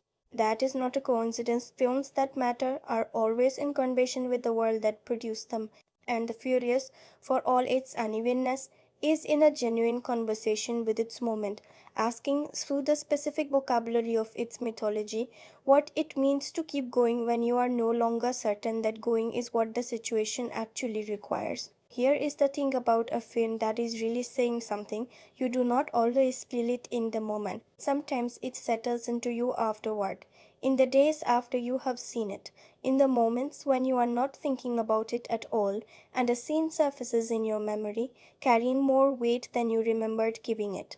The Furious has done that to me. Scenes I found uneven in the watching have returned to me in the days since, with something I did not expect, a residue of feeling that I cannot entirely account for by the scene's surface quality alone. That residue is what happens when a film says something true, even imperfectly. The truth remains after the imperfection has faded. And that is, in the end, what the best films, even the flawed ones, are always reaching toward. Every filmmaker who works at scale, who operates inside the machinery of large budget commercial cinema with its hundreds of collaborators and its enormous institutional pressures and its competing claims on every creative decision, leaves a signature in their work that is entirely their own. The signature is not always easy to read. It can be obscured by the franchise grammar, by the studio's aesthetic references, by the accumulated visual language of the series the filmmaker has been asked to continue.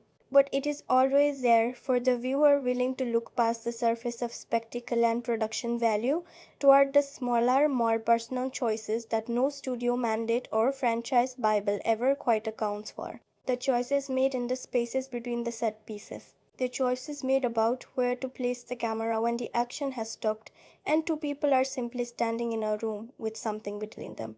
Those choices belong to the filmmaker alone, and in the Furious, those choices reveal something genuinely interesting about the artistic mind behind the film.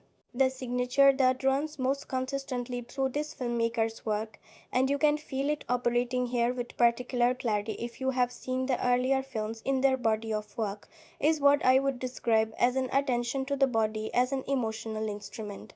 Not the body as a vehicle for action, though the action sequences in their films are always physically intelligent and spatially coherent. The body as the place where interiority becomes visible, where the things the character cannot say, will not say, finds its expression in posture and gesture, and the specific quality of physical stillness. We talked about the recurring close shots of hands in this film during our silence movement.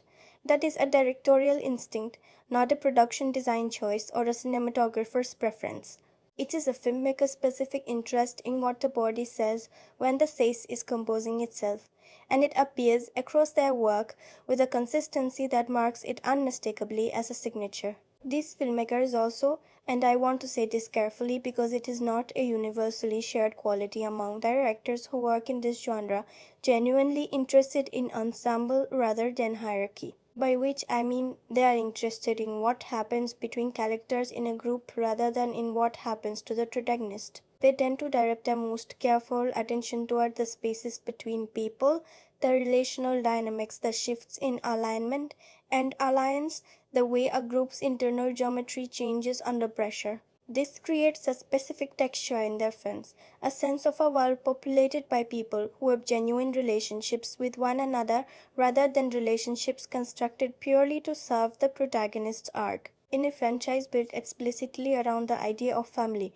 this instinct is enormously valuable. The family in their films feels like a group of people who have genuinely been through things together, not a collection of character functions arranged around a central figure. Their visual style has evolved across their work in a direction that this film represents most fully.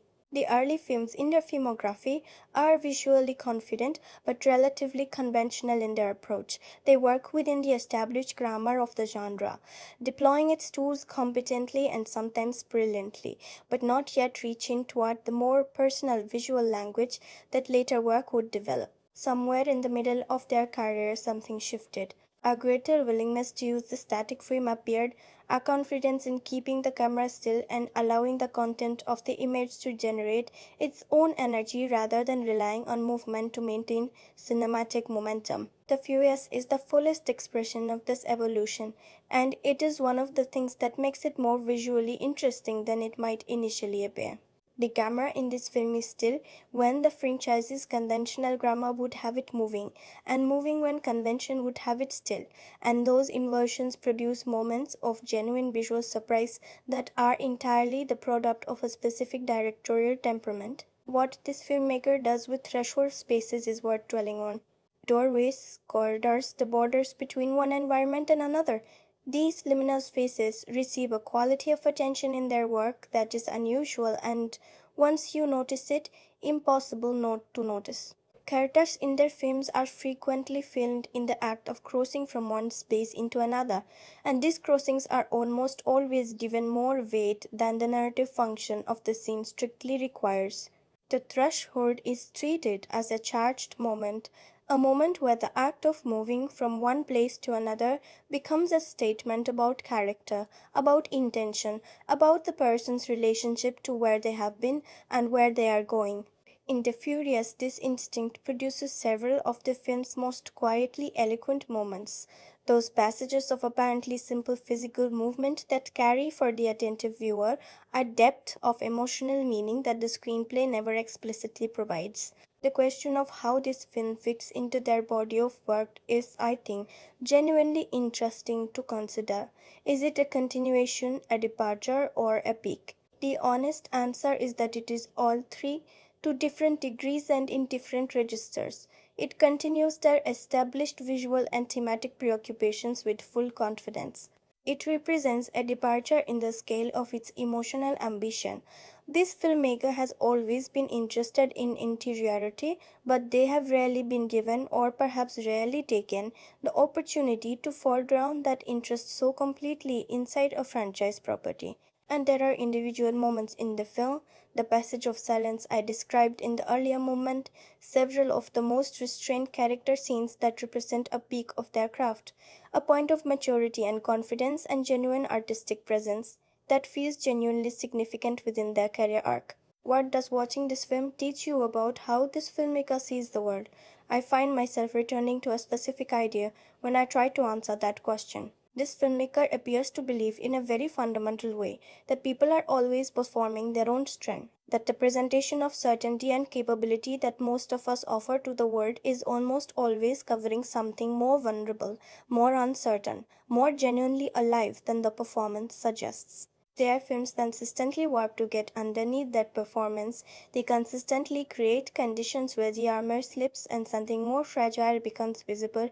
They do this with a quality of care, a specific gentleness in the directorial approach to those moments of vulnerability that prevents the exposure from feeling exploitative. They are not interested in stripping people bare for dramatic effect. They are interested in the specifically human experience of being both strong and uncertain simultaneously, of carrying both the performance and the feeling underneath it, of managing the gap between who you appear to be and who you are when the room empties. This is, when you think about it, a quietly radical sensibility to bring to a franchise built around the mythology of invulnerable strength. The Furious franchise, at its most superficial, is a celebration of people who cannot be broken, who face every challenge with a combination of physical capability and moral certainty that renders them effectively indestructible. This filmmaker is not interested in that. They are interested in the person inside the mythology, in what it feels like to be Dominic Toretto, not to watch him. That interest does not always survive intact through the franchise machinery that surrounds and shapes the film. But in the moments where it does, in the moments where the filmmaker's signature is most legible, it produces something that this franchise, with all its extraordinary history, has rarely quite produced before. A genuine sense of what it costs to be who these characters have chosen to be. A genuine sense of the person behind the performance of the legend. That is a filmmaker's gift. And it is worth recognizing clearly, even in a film that does not always deliver that gift consistently. There is a specific experience that belongs exclusively to the long term franchise viewer, an experience that has no equivalent anywhere else in cinema. It is the experience of watching a new entry in a series you have been with for years and feeling simultaneously two completely distinct things. The first is the pleasure of return, the comfort of familiar characters, familiar rhythms, familiar emotional territory. The second is the pressure of accumulated expectation, the weight of everything the franchise has promised, everything it has built toward, everything it still owes the audience that has followed it faithfully across years and decades. These two feelings are not always in harmony. Sometimes they pull against one another so forcefully that your entire viewing experience becomes a negotiation between them, between the gratitude the return and the anxiety of whether this particular chapter is doing right by the long story you have been inside. The Furious sits in a specific and somewhat uncomfortable position within the Fast and Furious franchise's larger arc. It is not an origin, it is not a conclusion. It occupies what might be called the late middle territory of a franchise that has been signaling its intentions to wrap up its central mythology for several films now without fully committing to that wrapping up. This is a position that creates particular demands on a film, demands that The Furious meets with mixed success. What it does well in terms of its franchise position is deepen rather than simply extend. The distinction matters enormously. A franchise film that merely extends is one that adds plot, new missions, new antagonists, new settings, without genuinely advancing the emotional or thematic understanding of its characters. A franchise film that deepens is one that uses the new story to eliminate something about the existing characters that all the previous films have been circling without quite reaching. The Furious is, in its best moments, a film of the second kind. It takes things we thought we understood about Dominic Toretto, about his relationship with his family, about the values that have defined his choices across the franchise's entire history, and applies a pressure to those things that reveals fault lines we did not know were there. That is deepening. That is a film earning its place in a larger story rather than merely occupying it. But the film is also, in its less successful moments, a film that repeats. And repetition in a long running franchise is one of the most damaging things that can happen because the audience's familiarity with the material means they feel the repetition more acutely than they would in any other context. When a franchise film delivers a beat that the audience has already felt in a very similar form in one or more of the previous films, the response is not pleasure but deflation, a sense of the series running on its own legend rather than generating new truth. The Furious has several of these moments. Moments where the emotional architecture is constructed in ways that feel inherited rather than discovered, where the film is recreating the conditions of a feeling rather than genuinely producing it fresh. The question of where this film stands in relation to the franchise's central arc, the arc that has been building through increasingly explicit signals across recent entries towards some kind of reckoning with the mythology of family that the series has constructed, is one the film answers ambiguously. And I mean that ambiguity in both its positive and its negative sense. On the positive side, the film's refusal to deliver simple resolution feels honest. It feels like a story that understands that the kind of reckoning the franchise has been building toward cannot be accomplished in a single film, that genuine emotional consequence requires more space than a single chapter can provide. On the negative side, the ambiguity sometimes feels less like a considered artistic choice and more like an unwillingness to commit, a franchise hedging its bets, keeping its options open, not quite ready to spend the emotional capital it has been accumulating. The franchise as a whole, when you step back and look at its full arc from 2001 to the present, is one of the more extraordinary stories in the history of commercial cinema. Its evolution from street racing film to international action mythology to something approaching a genuine exploration of family, loyalty, and identity is genuinely unprecedented in terms of the scale and the completeness of the transformation. What began as a relatively modest genre exercise became, across its lifespan, one of the few franchise properties that has consistently attempted to give its characters genuine interiority, genuine emotional lives that change and develop and carry the marks of time. That attempt has not always succeeded. The franchise has produced entries that are pure spectacle without substance, entries that repeat rather than deepen, entries where the machinery of the plot overwhelms the humanity of the characters. But the attempt has been consistent enough and has succeeded often enough to constitute something genuinely meaningful in the history of popular cinema. The Furious adds to this legacy something specific, a willingness to interrogate the mythology itself, not to dismantle it. The film is not iconoclastic in its approach to its own franchise, but to stand inside it and ask serious questions about the costs of what has been built. That is a contribution to the larger story that matters, even when the execution is uneven. Because a franchise that never questions itself becomes a mausoleum, a preservation of an original energy, rather than a living continuation of it. The Furious is, at its most valuable, a living continuation. A film that asks what it means to still be here, still doing this, still choosing these values and these people and this particular version of what family means. That question does not resolve, it deepens, and in the context of a franchise that is genuinely finally approaching its culmination, deepening is exactly what the remaining story needs. What comes next, what the franchise does with the questions this film has opened without answering, will determine whether The Furious is remembered as a transitional chapter or as something more significant. The determination is, of course, outside this film's control. It depends on choices not yet made, films not yet released. But what this film has contributed to the conversation the franchise will eventually need to complete is genuine and worth naming. It has made the next chapter's emotional task both harder and more interesting. Harder because it has established a level of thematic seriousness that any conclusion will need to meet or exceed. More interesting because it has opened real questions about real people that a conclusion can now genuinely answer.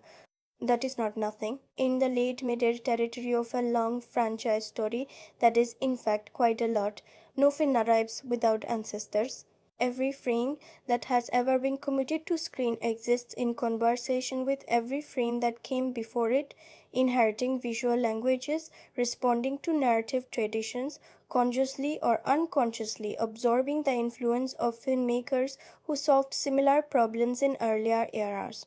The Furious is no exception to this, even though the franchise it belongs to has spent considerable energy cultivating the impression of being its own entirely self generated phenomenon, a mythology so singular, so unprecedented in its specific combination of elements that it owes nothing to the cinema that preceded it. That impression is understandable as a marketing position. As a critical position, it does not withstand scrutiny. Because when you look carefully at what The Furious is doing, not at its surface spectacle but at its deeper structural and emotional instincts, you find a film drawing on a rich inheritance of cinematic tradition, and understanding that inheritance illuminates something important about both what the film achieves and what it falls short of. The most visible inheritance is also the most interesting one to trace because it arrives from a direction that the franchise's popular reputation might not immediately suggest. The film that The Furious most clearly owes a debt to in terms of its emotional architecture is not another action film. It is not another franchise blockbuster. It is the American road movie of the 1970s. Specifically, the tradition of films that used physical movement through landscape as a metaphor for interior journey, that placed characters in motion and asked what moving towards something looks like when you are not entirely certain what you are moving toward. Films like that were built on a specific emotional premise that speed and freedom are not the same thing, that a person can be in constant motion and still be standing absolutely still inside, that the open road is not an escape from the self but an encounter with it. The Furious carries this inheritance in its bones. The cars are not simply vehicles. They are the visual language through which a set of characters who have never been entirely comfortable with stillness negotiate their relationship with the things they are trying not to think about. The influence of John Frankenheimer's work, specifically his understanding of the car as a psychological space, as an environment that reveals character by placing it under physical pressure, is present in the franchise's DNA in ways that have deepened across its evolution. The action sequences in The Furious, at their most considered, share Frankenheimer's instinct that the mechanics of speed and control are always simultaneously a story about the person handling them, that how someone drives tells you something essential about how they live. This is not a borrowed technique so much as a shared belief about what big is mean in cinema, about the specific kind of interiority can access. The Furious has inherited this belief and developed it into the franchise's most consistent and most distinctive visual and thematic language. The influence of the great ensemble dramas of American cinema. Films built around groups rather than individuals, around the dynamics of chosen communities under pressure, is another current running through this film's inheritance. Think of the tradition of films that understood how groups function, how the internal politics of a small community reveal the same truths as the internal politics of larger social structures, how love and loyalty inside a group are always complicated by the individual needs and fears that the group's mythology of unity never fully accounts for. The Furious is working in this tradition every time it turns away from its central protagonist and asks what is happening between the other people in the room, every time it treats the ensemble as the real subject rather than as a supporting structure around the hero's journey. There is also, and this is perhaps less obvious but I think genuinely present, an influence from the Italian genre cinema of the 1960s and 70s, specifically from the tradition of films that found a way to make genre mechanics carry genuine emotional weight, that refused the separation between popular entertainment and meaningful cinema, that understood that the pleasures of genre and the pleasures of genuine artistic expression were not mutually exclusive but be in the hands of the right filmmaker, that the Sager, the franchise at its best, has always operated on this principle. The Furious operates on it imperfectly, but recognizably. It wants to be both the action film and the emotional film simultaneously, wants the sequences of physical spectacle to carry the weight of the character drama, wants you to feel the human stakes through the kinetic ones. Its ambition is not purely an American ambition. It has a lineage in European genre cinema that the franchise has absorbed more thoroughly than its popular image would suggest.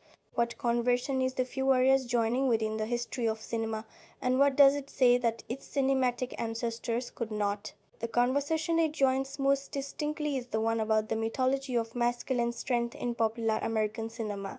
The long conversation about what it means to construct an identity around physical capability and moral certainty, about what happens to that identity when time and loss and the complexity of the real world press against its edges. This is a conversation that goes back at least to the westerns of the classical Hollywood era, that runs through the great American action films of the 1970s and 80s, that has been complicated and deepened by the franchise cinema of the past 2 decades. The Furious enters this conversation at a specific and interesting point, the point where the mythology is old enough to be examined as a mythology rather than simply inhabited as a truth. The original westerns presented the myth of the strong, consistent, morally certain hero without irony, without self-examination. The Furious presents it with something approaching genuine questioning. That is new. That is what earlier films in this tradition could not or would not do. The cinema of grief is another tradition this film enters, perhaps more unexpectedly. The franchise has carried Paul Walker's absence as a genuine presence across every film made since 2013. The absence has become part of the mythology, one of its most powerful and most humanizing elements. The tradition of films that carry the absent as present, that make loss a character rather than simply a backstory, is a rich one in world cinema, and The Furious participates in it with more awareness than it sometimes receives credit for. The films of the Japanese director Hirokazu Koreeda come to mind. Films that understand how the dead continue to shape the living not through supernatural presence, but through the specific texture of how the living arrange themselves around the space the absent person occupied. The Furious understands this.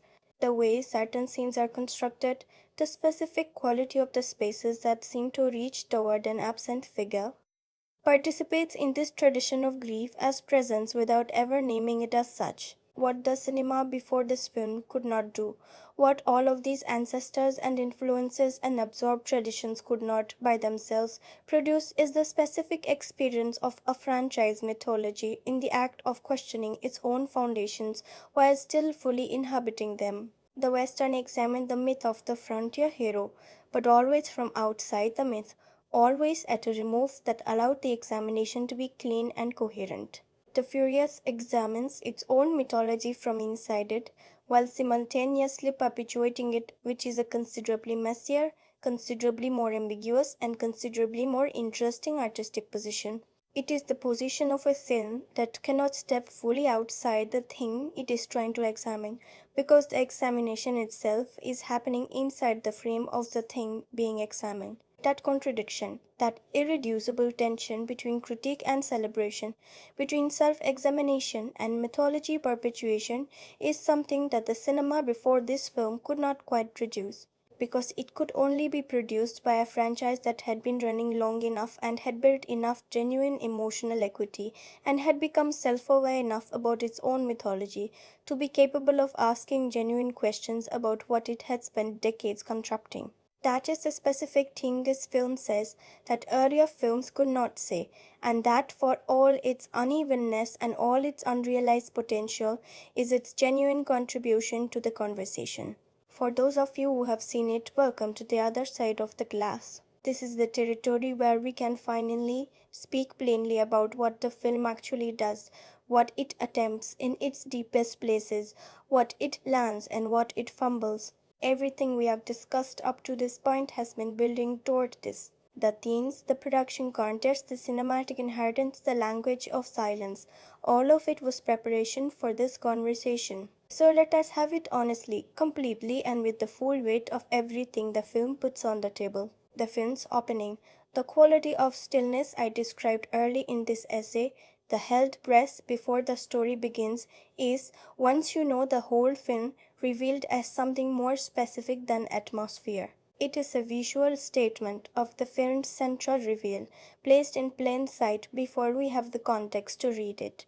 The opening frames show Tom alone in a space that the franchise has always coded as communal, a space that belongs to the group, that derives its meaning from the people who fill it. He is alone in it, completely alone, and the camera does not move toward him.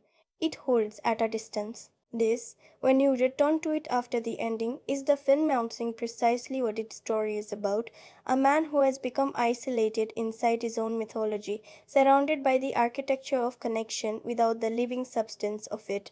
The opening is the ending offered as a question before the story has given us the language to understand it as an answer. The central new character, the figure whose arrival in the second act changes the temperature of every scene they enter, is a woman named Valentina, and the film introduces her as an operative working under the antagonist's direction, tasked with infiltrating the family's network under the cover of a shared history with one of the ensemble's longer standing members. The connection she claims is real enough to hold scrutiny. The cover is well constructed, and for the first extended portion of her presence in the film, she functions exactly as the antagonist intends, gathering information, establishing trust, moving carefully through the family's interior geography with the practiced patience of someone who has been doing this work for a long time. What the film does with this character and what makes her the most interesting element of the entire story is something I want to spend real time with,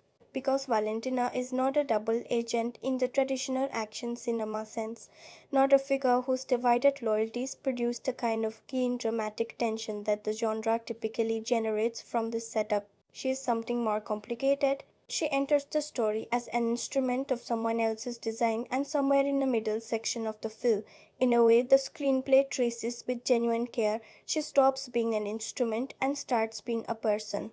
The shift is not announced. It is not dramatized in a single scene of revelation.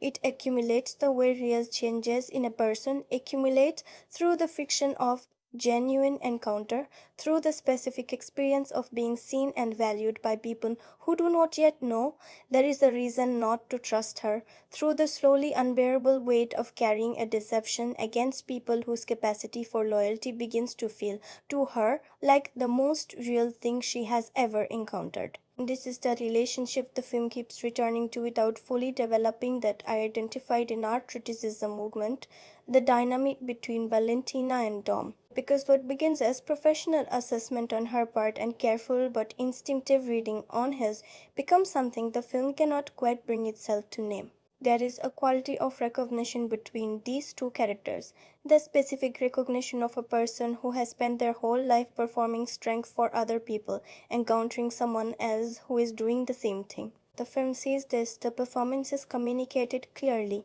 but the screenplay, as I said, delivers the same beat across their shared scenes without advancing it, without finding the scene that finally moves the dynamic forward.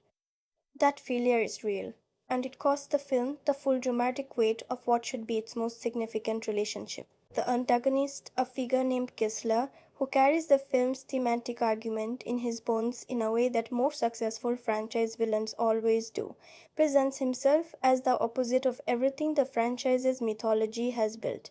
His central claim, the argument he makes across the film's second act through action and statement and implication, is that the family Dom has built is not what it presents itself as. That the loyalty these people offer one another is conditional on continued usefulness, continued strength, continued performance of the values that the group has decided it stands for.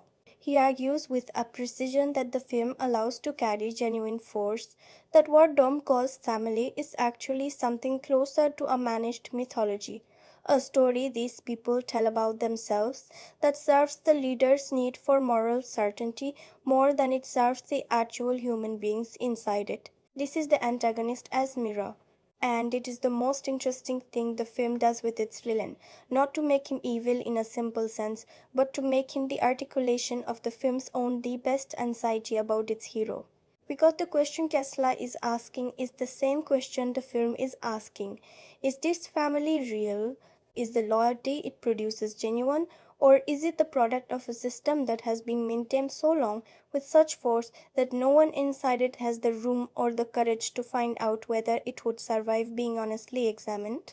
The film's first major turning point arrives in the second act, when Valentina's cover fractures, not through a dramatic confrontation, but through a small, almost accidental act of genuine care. She does something for one of the ensemble's more peripheral members, something that had no tactical value, that served no element of her mission, and Dom sees it. He does not say anything immediately. He files it, and the scene that follows, the scene I described earlier, where two characters are in conversation and the camera drifts to the listening character's hands, is the scene where Dom sits with what he has seen and begins to understand what it means. What his hands communicate in that scene, the barely contained agitation of a person fighting their way toward a conclusion they are not ready to act on, is the film at its most quietly effective. The confrontation between Dom and Valentina, the one the film cuts away from, the one you hear rather than see, occurs in the film's late second act, after Dom has confirmed what he suspected. He does not confront her with anger. The film has prepared us well enough by this point that we understand this. What he brings to the confrontation is something more devastating than anger, a specific exhausted clarity. The decision to cut away from the scene, to let you hear the quality of what happens rather than see it is, as I argued earlier, one of the film's most significant choices. What you hear is not a fight. What you hear is a silence after the initial exchange that goes on for long enough to mean something specific. A silence in which both people are sitting with a truth that neither of them expected to be sharing. And then you hear, very quietly, through the ambient sound of the environment, the particular quality of two people arriving at the same understanding from opposite directions. The film does not tell you what that understanding is, it lets you feel it.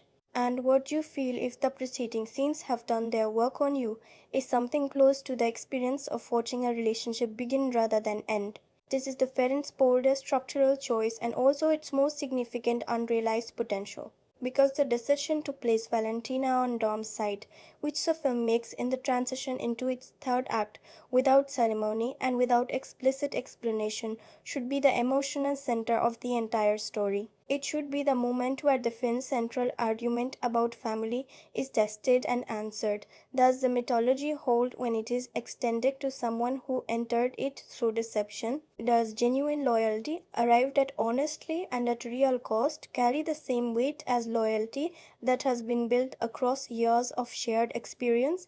The film believes the answer is yes. It demonstrates this belief through its structural choices, but it does not give the answer the emotional space it deserves. The transition into Valentina as genuine ally happens in the film's most narratively compressed passage, and the compression costs it the full resonance of what is, thematically, the most important thing the story does. The third act builds toward a confrontation with Kessler that is staged with real kinetic intelligence. The franchise's action choreography at somewhere close to its best, a sequence that uses multiple environments simultaneously and manages the geography of those environments with the spatial clarity I praised in an earlier movement. But the action's most significant quality is not physical. It is the specific configuration of the ensemble within the action, the way the family arranges itself around the new addition, the way Valentina is placed inside the group's protective geometry as though she has always been there. This is the film making its argument through staging rather than dialogue. It is showing you what the family's answer to Kessler's central accusation actually looks like in practice. Not a stated value, but a demonstrated one. Not a mythology, but an action. In these moments, the franchise is doing what it does best, making the physical expression of loyalty feel like genuine emotional truth. The ending the film delivers is, and I want to be honest about this, an ending I have complicated feelings about. What it shows is Dom making a choice that is, as I described when discussing the film's thematic core, the opposite of everything he has always been. He chooses in the film's final significant narrative beat not to pursue, nor to fight the next iteration of what Kessler represented. He stands at a threshold, and here the filmmaker's signature instinct about liminal spaces is deployed with full self awareness, and he does not cross it. He turns back, he returns to the table. The symbolism is not subtle, but the execution of it is genuinely moving, because Desa's performance in those final minutes carries the full weight of what that choice costs. The stillness in him is not the stillness of a man who has given up. It is the stillness of a man who has finally, at enormous cost, learned the difference between strength and the performance of strength, between choosing and being chosen, between driving and being carried. The specific detail in the ending that I find most persistently affecting, the detail I keep returning to when the film surfaces in my memory, is a small one. Dom sits at the table in the film's final image. The table is full, the people around it are alive and present and genuine. And his hands, those hands the film has been watching all along, the hands that communicated everything his face refused to show, are finally completely still. Not the stillness of suppression, the stillness of release, the stillness of a person who has put down something they have been carrying for a very long time. It is, as an image, exactly the right note to end on. It earns the silence it asks for, and it left me sitting with the film's final frames feeling something I had not anticipated, not satisfaction exactly, but a kind of tender sorrow that felt more honest than satisfaction would have. A feeling of watching something come to a partial rest, not a full one. A feeling of a man arriving at the edge of something he does not yet fully understand, standing there and choosing to stay. The post-credit scene is brief and operates primarily as a bridge toward the franchise's next chapter rather than as a coda to this film's emotional content. What it shows is a location, a specific environment that the franchise has charged with meaning across its history, being approached by a figure we do not see clearly. The implication is of a rather than departure, of something beginning rather than something ending. It is effectively constructed as a piece of franchise architecture and carries the appropriate quality of anticipation. Whether it will be paid off meaningfully by whatever comes next is a question this film cannot answer.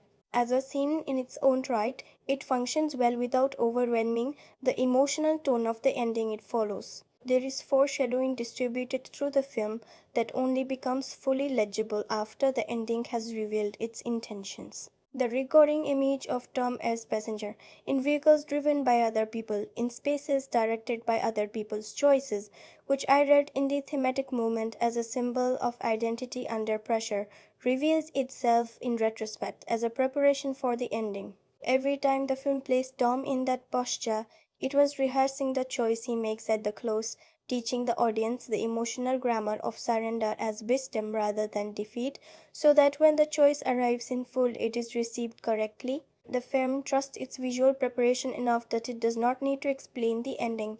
The ending explains itself. The detail that most clearly demonstrates the film's structural intelligence in retrospect is the opening image I described at the beginning of this movement. Dom alone in the communal space, the camera at a distance that refuses to close. By the end of the film, that image has been answered. The final image is the same space, the same table, and the camera has moved. It has moved close. It has closed the distance. and in the movement of the camera from its opening position to its closing position, a movement distributed across 2 hours of story, the film has traced the specific journey it set out to trace. A man moving from isolation inside his own mythology to genuine presence inside a genuinely inhabited family, not the performance of family, the living practice of it. The camera's movement is the story. The story is complete, that completion is partial, as I said. The franchise's larger arc is not resolved here. The questions this film opens are not answered in full, but within the boundaries of this specific chapter, within the story it chose to tell, the ending is honest. It does not give you catharsis. It gives you something more complicated and more true, the experience of watching a person choose, at real cost and with genuine understanding of that cost, to be present rather than protected, to be still rather than fast, to let the world come to him rather than driving through it at a speed that keeps everything at a safe distance. That choice and the stillness it produces is the best thing this film offers. It arrived later than it should have. It was surrounded by more noise than it needed to be, but it arrived, and in the silence of that final image, the hands addressed, the table full, the camera finally closed, something true was said, something that the franchise at this particular moment in its long and complicated life genuinely needed to say. I want to step away from the analysis now. I have been living in the critical vocabulary for a long time across this essay, in the language of structure and theme and cinematic inheritance and directorial signature, and that vocabulary has served us well. It has allowed us to look at the furious clearly, to name what it achieves and what it falls short of, to place it inside the larger conversations of cinema and franchise and culture. That work mattered, I believe in it. But there is another kind of truth that the critical vocabulary cannot quite reach. The truth of what a film leaves behind in you after the analysis has settled. The residue. The thing that remains when the language has been put away and you are simply a person who sat in the dark and had an experience and who is now, days or weeks later, still carrying some part of that experience without entirely understanding why. What the fuelers left behind in me is the image of those hands, the hands addressed in the final frame. I have come back to that image more times than I expected to, in the days since I first sat with this film. Not because it is the most technically accomplished image the film offers, not because it represents the franchise at its most visually ambitious, but because it says something that I found quite unexpectedly, personally true, something about the specific cost of having spent a long time moving very fast. Something about what it means to finally, at whatever age and at whatever stage of whatever journey you are on, allow yourself to be still. I did not come to this film expecting to find anything personally true in it. I want to be honest about that. I came in carrying the protective distance that I described in the opening of this essay, the preemptive setting of expectations that this franchise, at this stage of its life, tends to produce in a viewer who has been with it long enough to know its rhythms. I prepared myself for noise. I prepared myself for spectacle that was trying to feel like meaning. I prepared myself in a very specific way for disappointment. What I was not prepared for was the particular quality of that final image, the stillness of those hands, the camera closing the distance it had maintained since the opening frames, the sense of something arriving, not triumphantly, not cathartic alike, but quietly, almost tentatively, like a person stepping into a room they were not entirely certain they were welcome in, and finding with a surprise they had stopped allowing themselves to feel that the room was exactly what they needed. Did this film change how I see something? Yes, not dramatically. Not in the way that a truly great film can rearrange your understanding of the world, or of cinema, or of what stories are capable of doing inside a person, but in a smaller, more specific way that I find, honestly, more interesting than the larger rearrangement. It changed how I see what speed costs. What I mean by that is something personal, and I want to try to say it carefully. I think we all have a version of Dom's problem. Do we not? We all have a way of moving through life that keeps us from having to fully arrive anywhere. A pace we maintain because the alternative, the stillness, the full presence, the genuine inhabitation of where we are and who we are with, requires a kind of vulnerability that is genuinely terrifying when you have spent a long time not practicing it. The film, in its best moments, understood this so clearly that I felt seen by it in a way I did not anticipate. Not seen as a cinephile, seen as a person. Would I return to this film? I would return to specific parts of it. The opening, the scene with the hands, the sequence where the film cuts away from the confrontation and gives you the silence instead, the final 3 minutes. I would return to those passages because they represent something I want to keep in my memory, not as evidence of the film's quality, not as critical exhibits, but as experiences I want to be able to access again. The specific feeling of watching a man choose stillness over speed, the camera finally closing the distance. Those things feel worth revisiting. The full film, I would approach differently on a second viewing, with more patience for its second act unevenness now that I know it is coming, with more appreciation for the foreshadowing that the ending retrospectively eliminates, with more attention perhaps to the things I missed on first viewing, the details planted in the visual language that I only partially caught, the moments where the film's second language was speaking in registers I was not yet attuned to. Second viewings of imperfect films often reveal more than second viewings of great ones, because imperfect films are interesting in their incompleteness in a way that complete films are not. They show you the gap between the reach and the grasp, and the gap, once you can see it clearly, tells you something about what greatness actually requires. What kind of person will carry this film with them? I think the person who carries the Furious is someone who has been in this franchise long enough that the mythology lives in them, who knows these characters well enough to feel the distance between who they have been and who they are trying to become in this chapter, who has their own relationship with the specific experience of choosing to keep going, to stay loyal to something past the point where the choice feels easy or natural or self evidently right. Who knows from the inside what it feels like to be consistent at a cost you have not fully named. For that person, this film will land in places that a better executed film might not reach, because the connection it produces is not purely a product of its craft. It is a product of accumulated feeling, of shared history, of the specific kind of love that only develops across years of choosing the same story over and over again. That kind of love is real. I felt it in the cinema. I felt it in the audience around me, in the quality of their stillness during the film's quietest moments, in the specific sound of their response when the final image arrived. These were people who had brought their whole history with this franchise into the room with them, and the film, for all its unevenness, gave them something to do with that history, gave them somewhere to put it. That is not nothing in the specific economy of what cinema can offer, in the transaction between a film and the people who bring themselves fully to the experience of watching it. That is, in fact, quite a lot. Here is what I keep returning to when everything else has been said.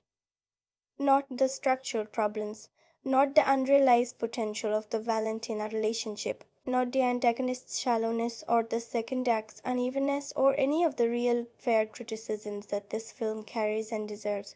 What I keep returning to is those hands, at rest, the camera close, the table full, the world still moving around them the way the world always moves, while these people sit inside a moment of genuine arrival and allow themselves, for the first time in a very long time, to be exactly where they are. That image is not the product of a great film, but it is a true one. And truth, wherever it arrives from, wherever it lands, wherever it stays, truth is worth following. Always. The Furious is a film I would describe with complete honesty and genuine affection as a flawed thing reaching for an unflawed truth. It does not always reach it. It does not always come close. It is structurally uneven in ways that cost it real emotional force. It underserves too many of the people at its table. It repeats notes that the franchise has already sounded with more clarity in better chapters.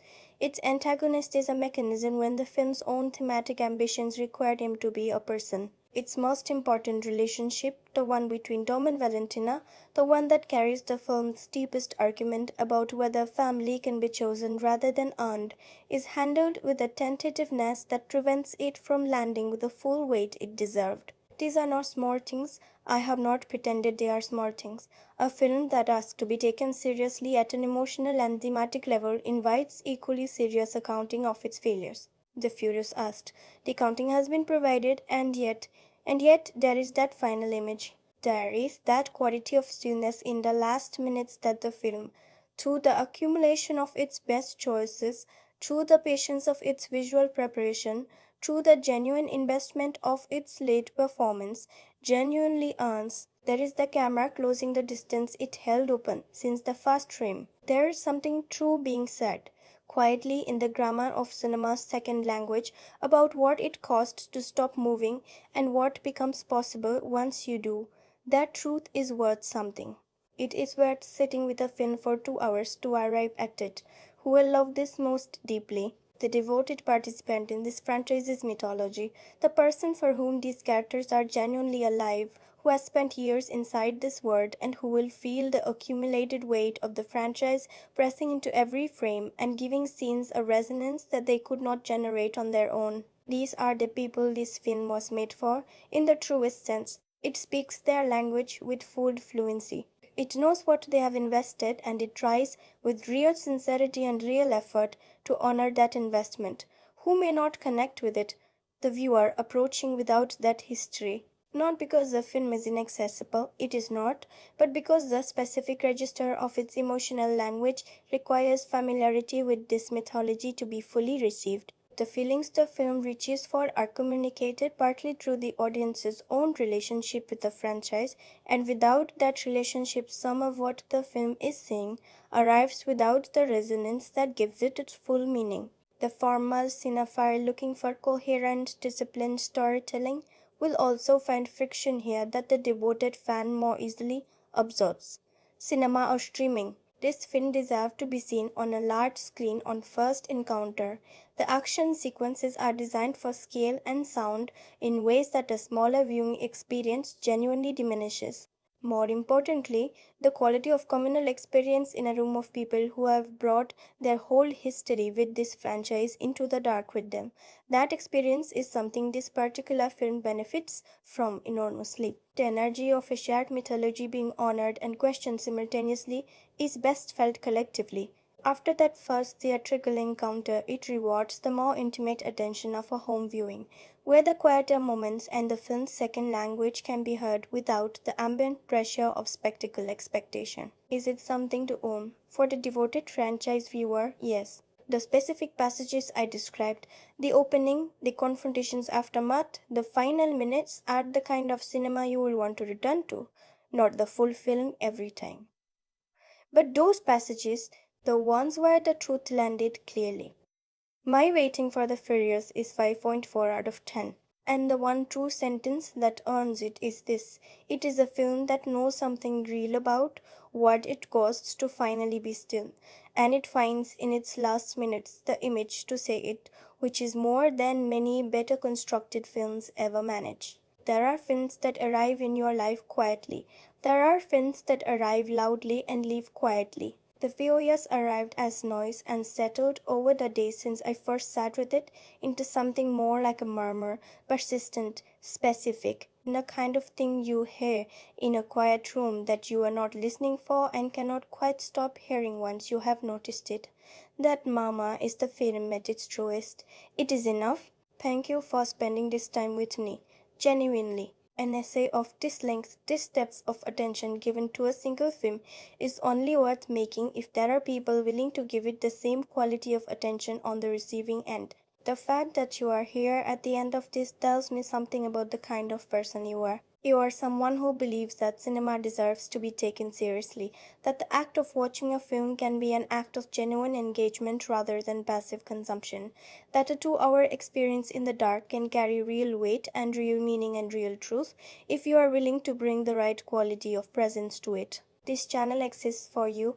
It will always exist for you. If this essay gave you something, a thought you had not had before about this film or about cinema more broadly, a feeling you are glad to sit with, a sense of having been in genuine conversation about something that matters to you, then please consider leaving a like. It is a small thing that makes an enormous difference to how this channel finds the people it is looking for. And if you are not yet subscribed, this is the moment. Every essay we make here is built with the same quality of care and the same quality of commitment. You will not find anything rushed or careless at the Cineflux. That is a promise. I want to hear from you in the comments. Genuinely, not performance engagement, real conversation. Here are the questions I am most curious about after spending this much time with this film. The first, do you think the franchise has been building toward the kind of thematic self examination this film attempts, or does that reading feel like a generous overinterpretation of what is primarily a commercial product? I have my own view. I want to hear yours. The second, the decision to cut away from the confrontation between Dom and Valentina rather than showing it inspired restraint or a missed opportunity for the film's most important dramatic scene. This is the question I have not been able to settle, even after everything I said about it. I want to know where you land. The third, if you have been with this franchise since the beginning, what is the single film in the series that you feel has best understood what the franchise is actually about? Not the most entertaining, the most true. I think the answer to that question tells you something important about what you have been looking for in this mythology across all these years. Take those into the comments. Start the conversation. I will be there. The next essay on the Cineflux is coming very soon, and I can tell you this much, it is a film that arrived without warning and stayed without permission. The kind of film that does not ask whether you are ready for it and does not care. It is a film about time, about how time moves through people rather than simply past them, and it is, I believe, one of the most quietly extraordinary things released this year. I cannot wait to sit with it with you. Until then, take care of yourselves. Watch something that moves you. Sit in the dark and let it. That is the Cineflux. I will see you in the next one.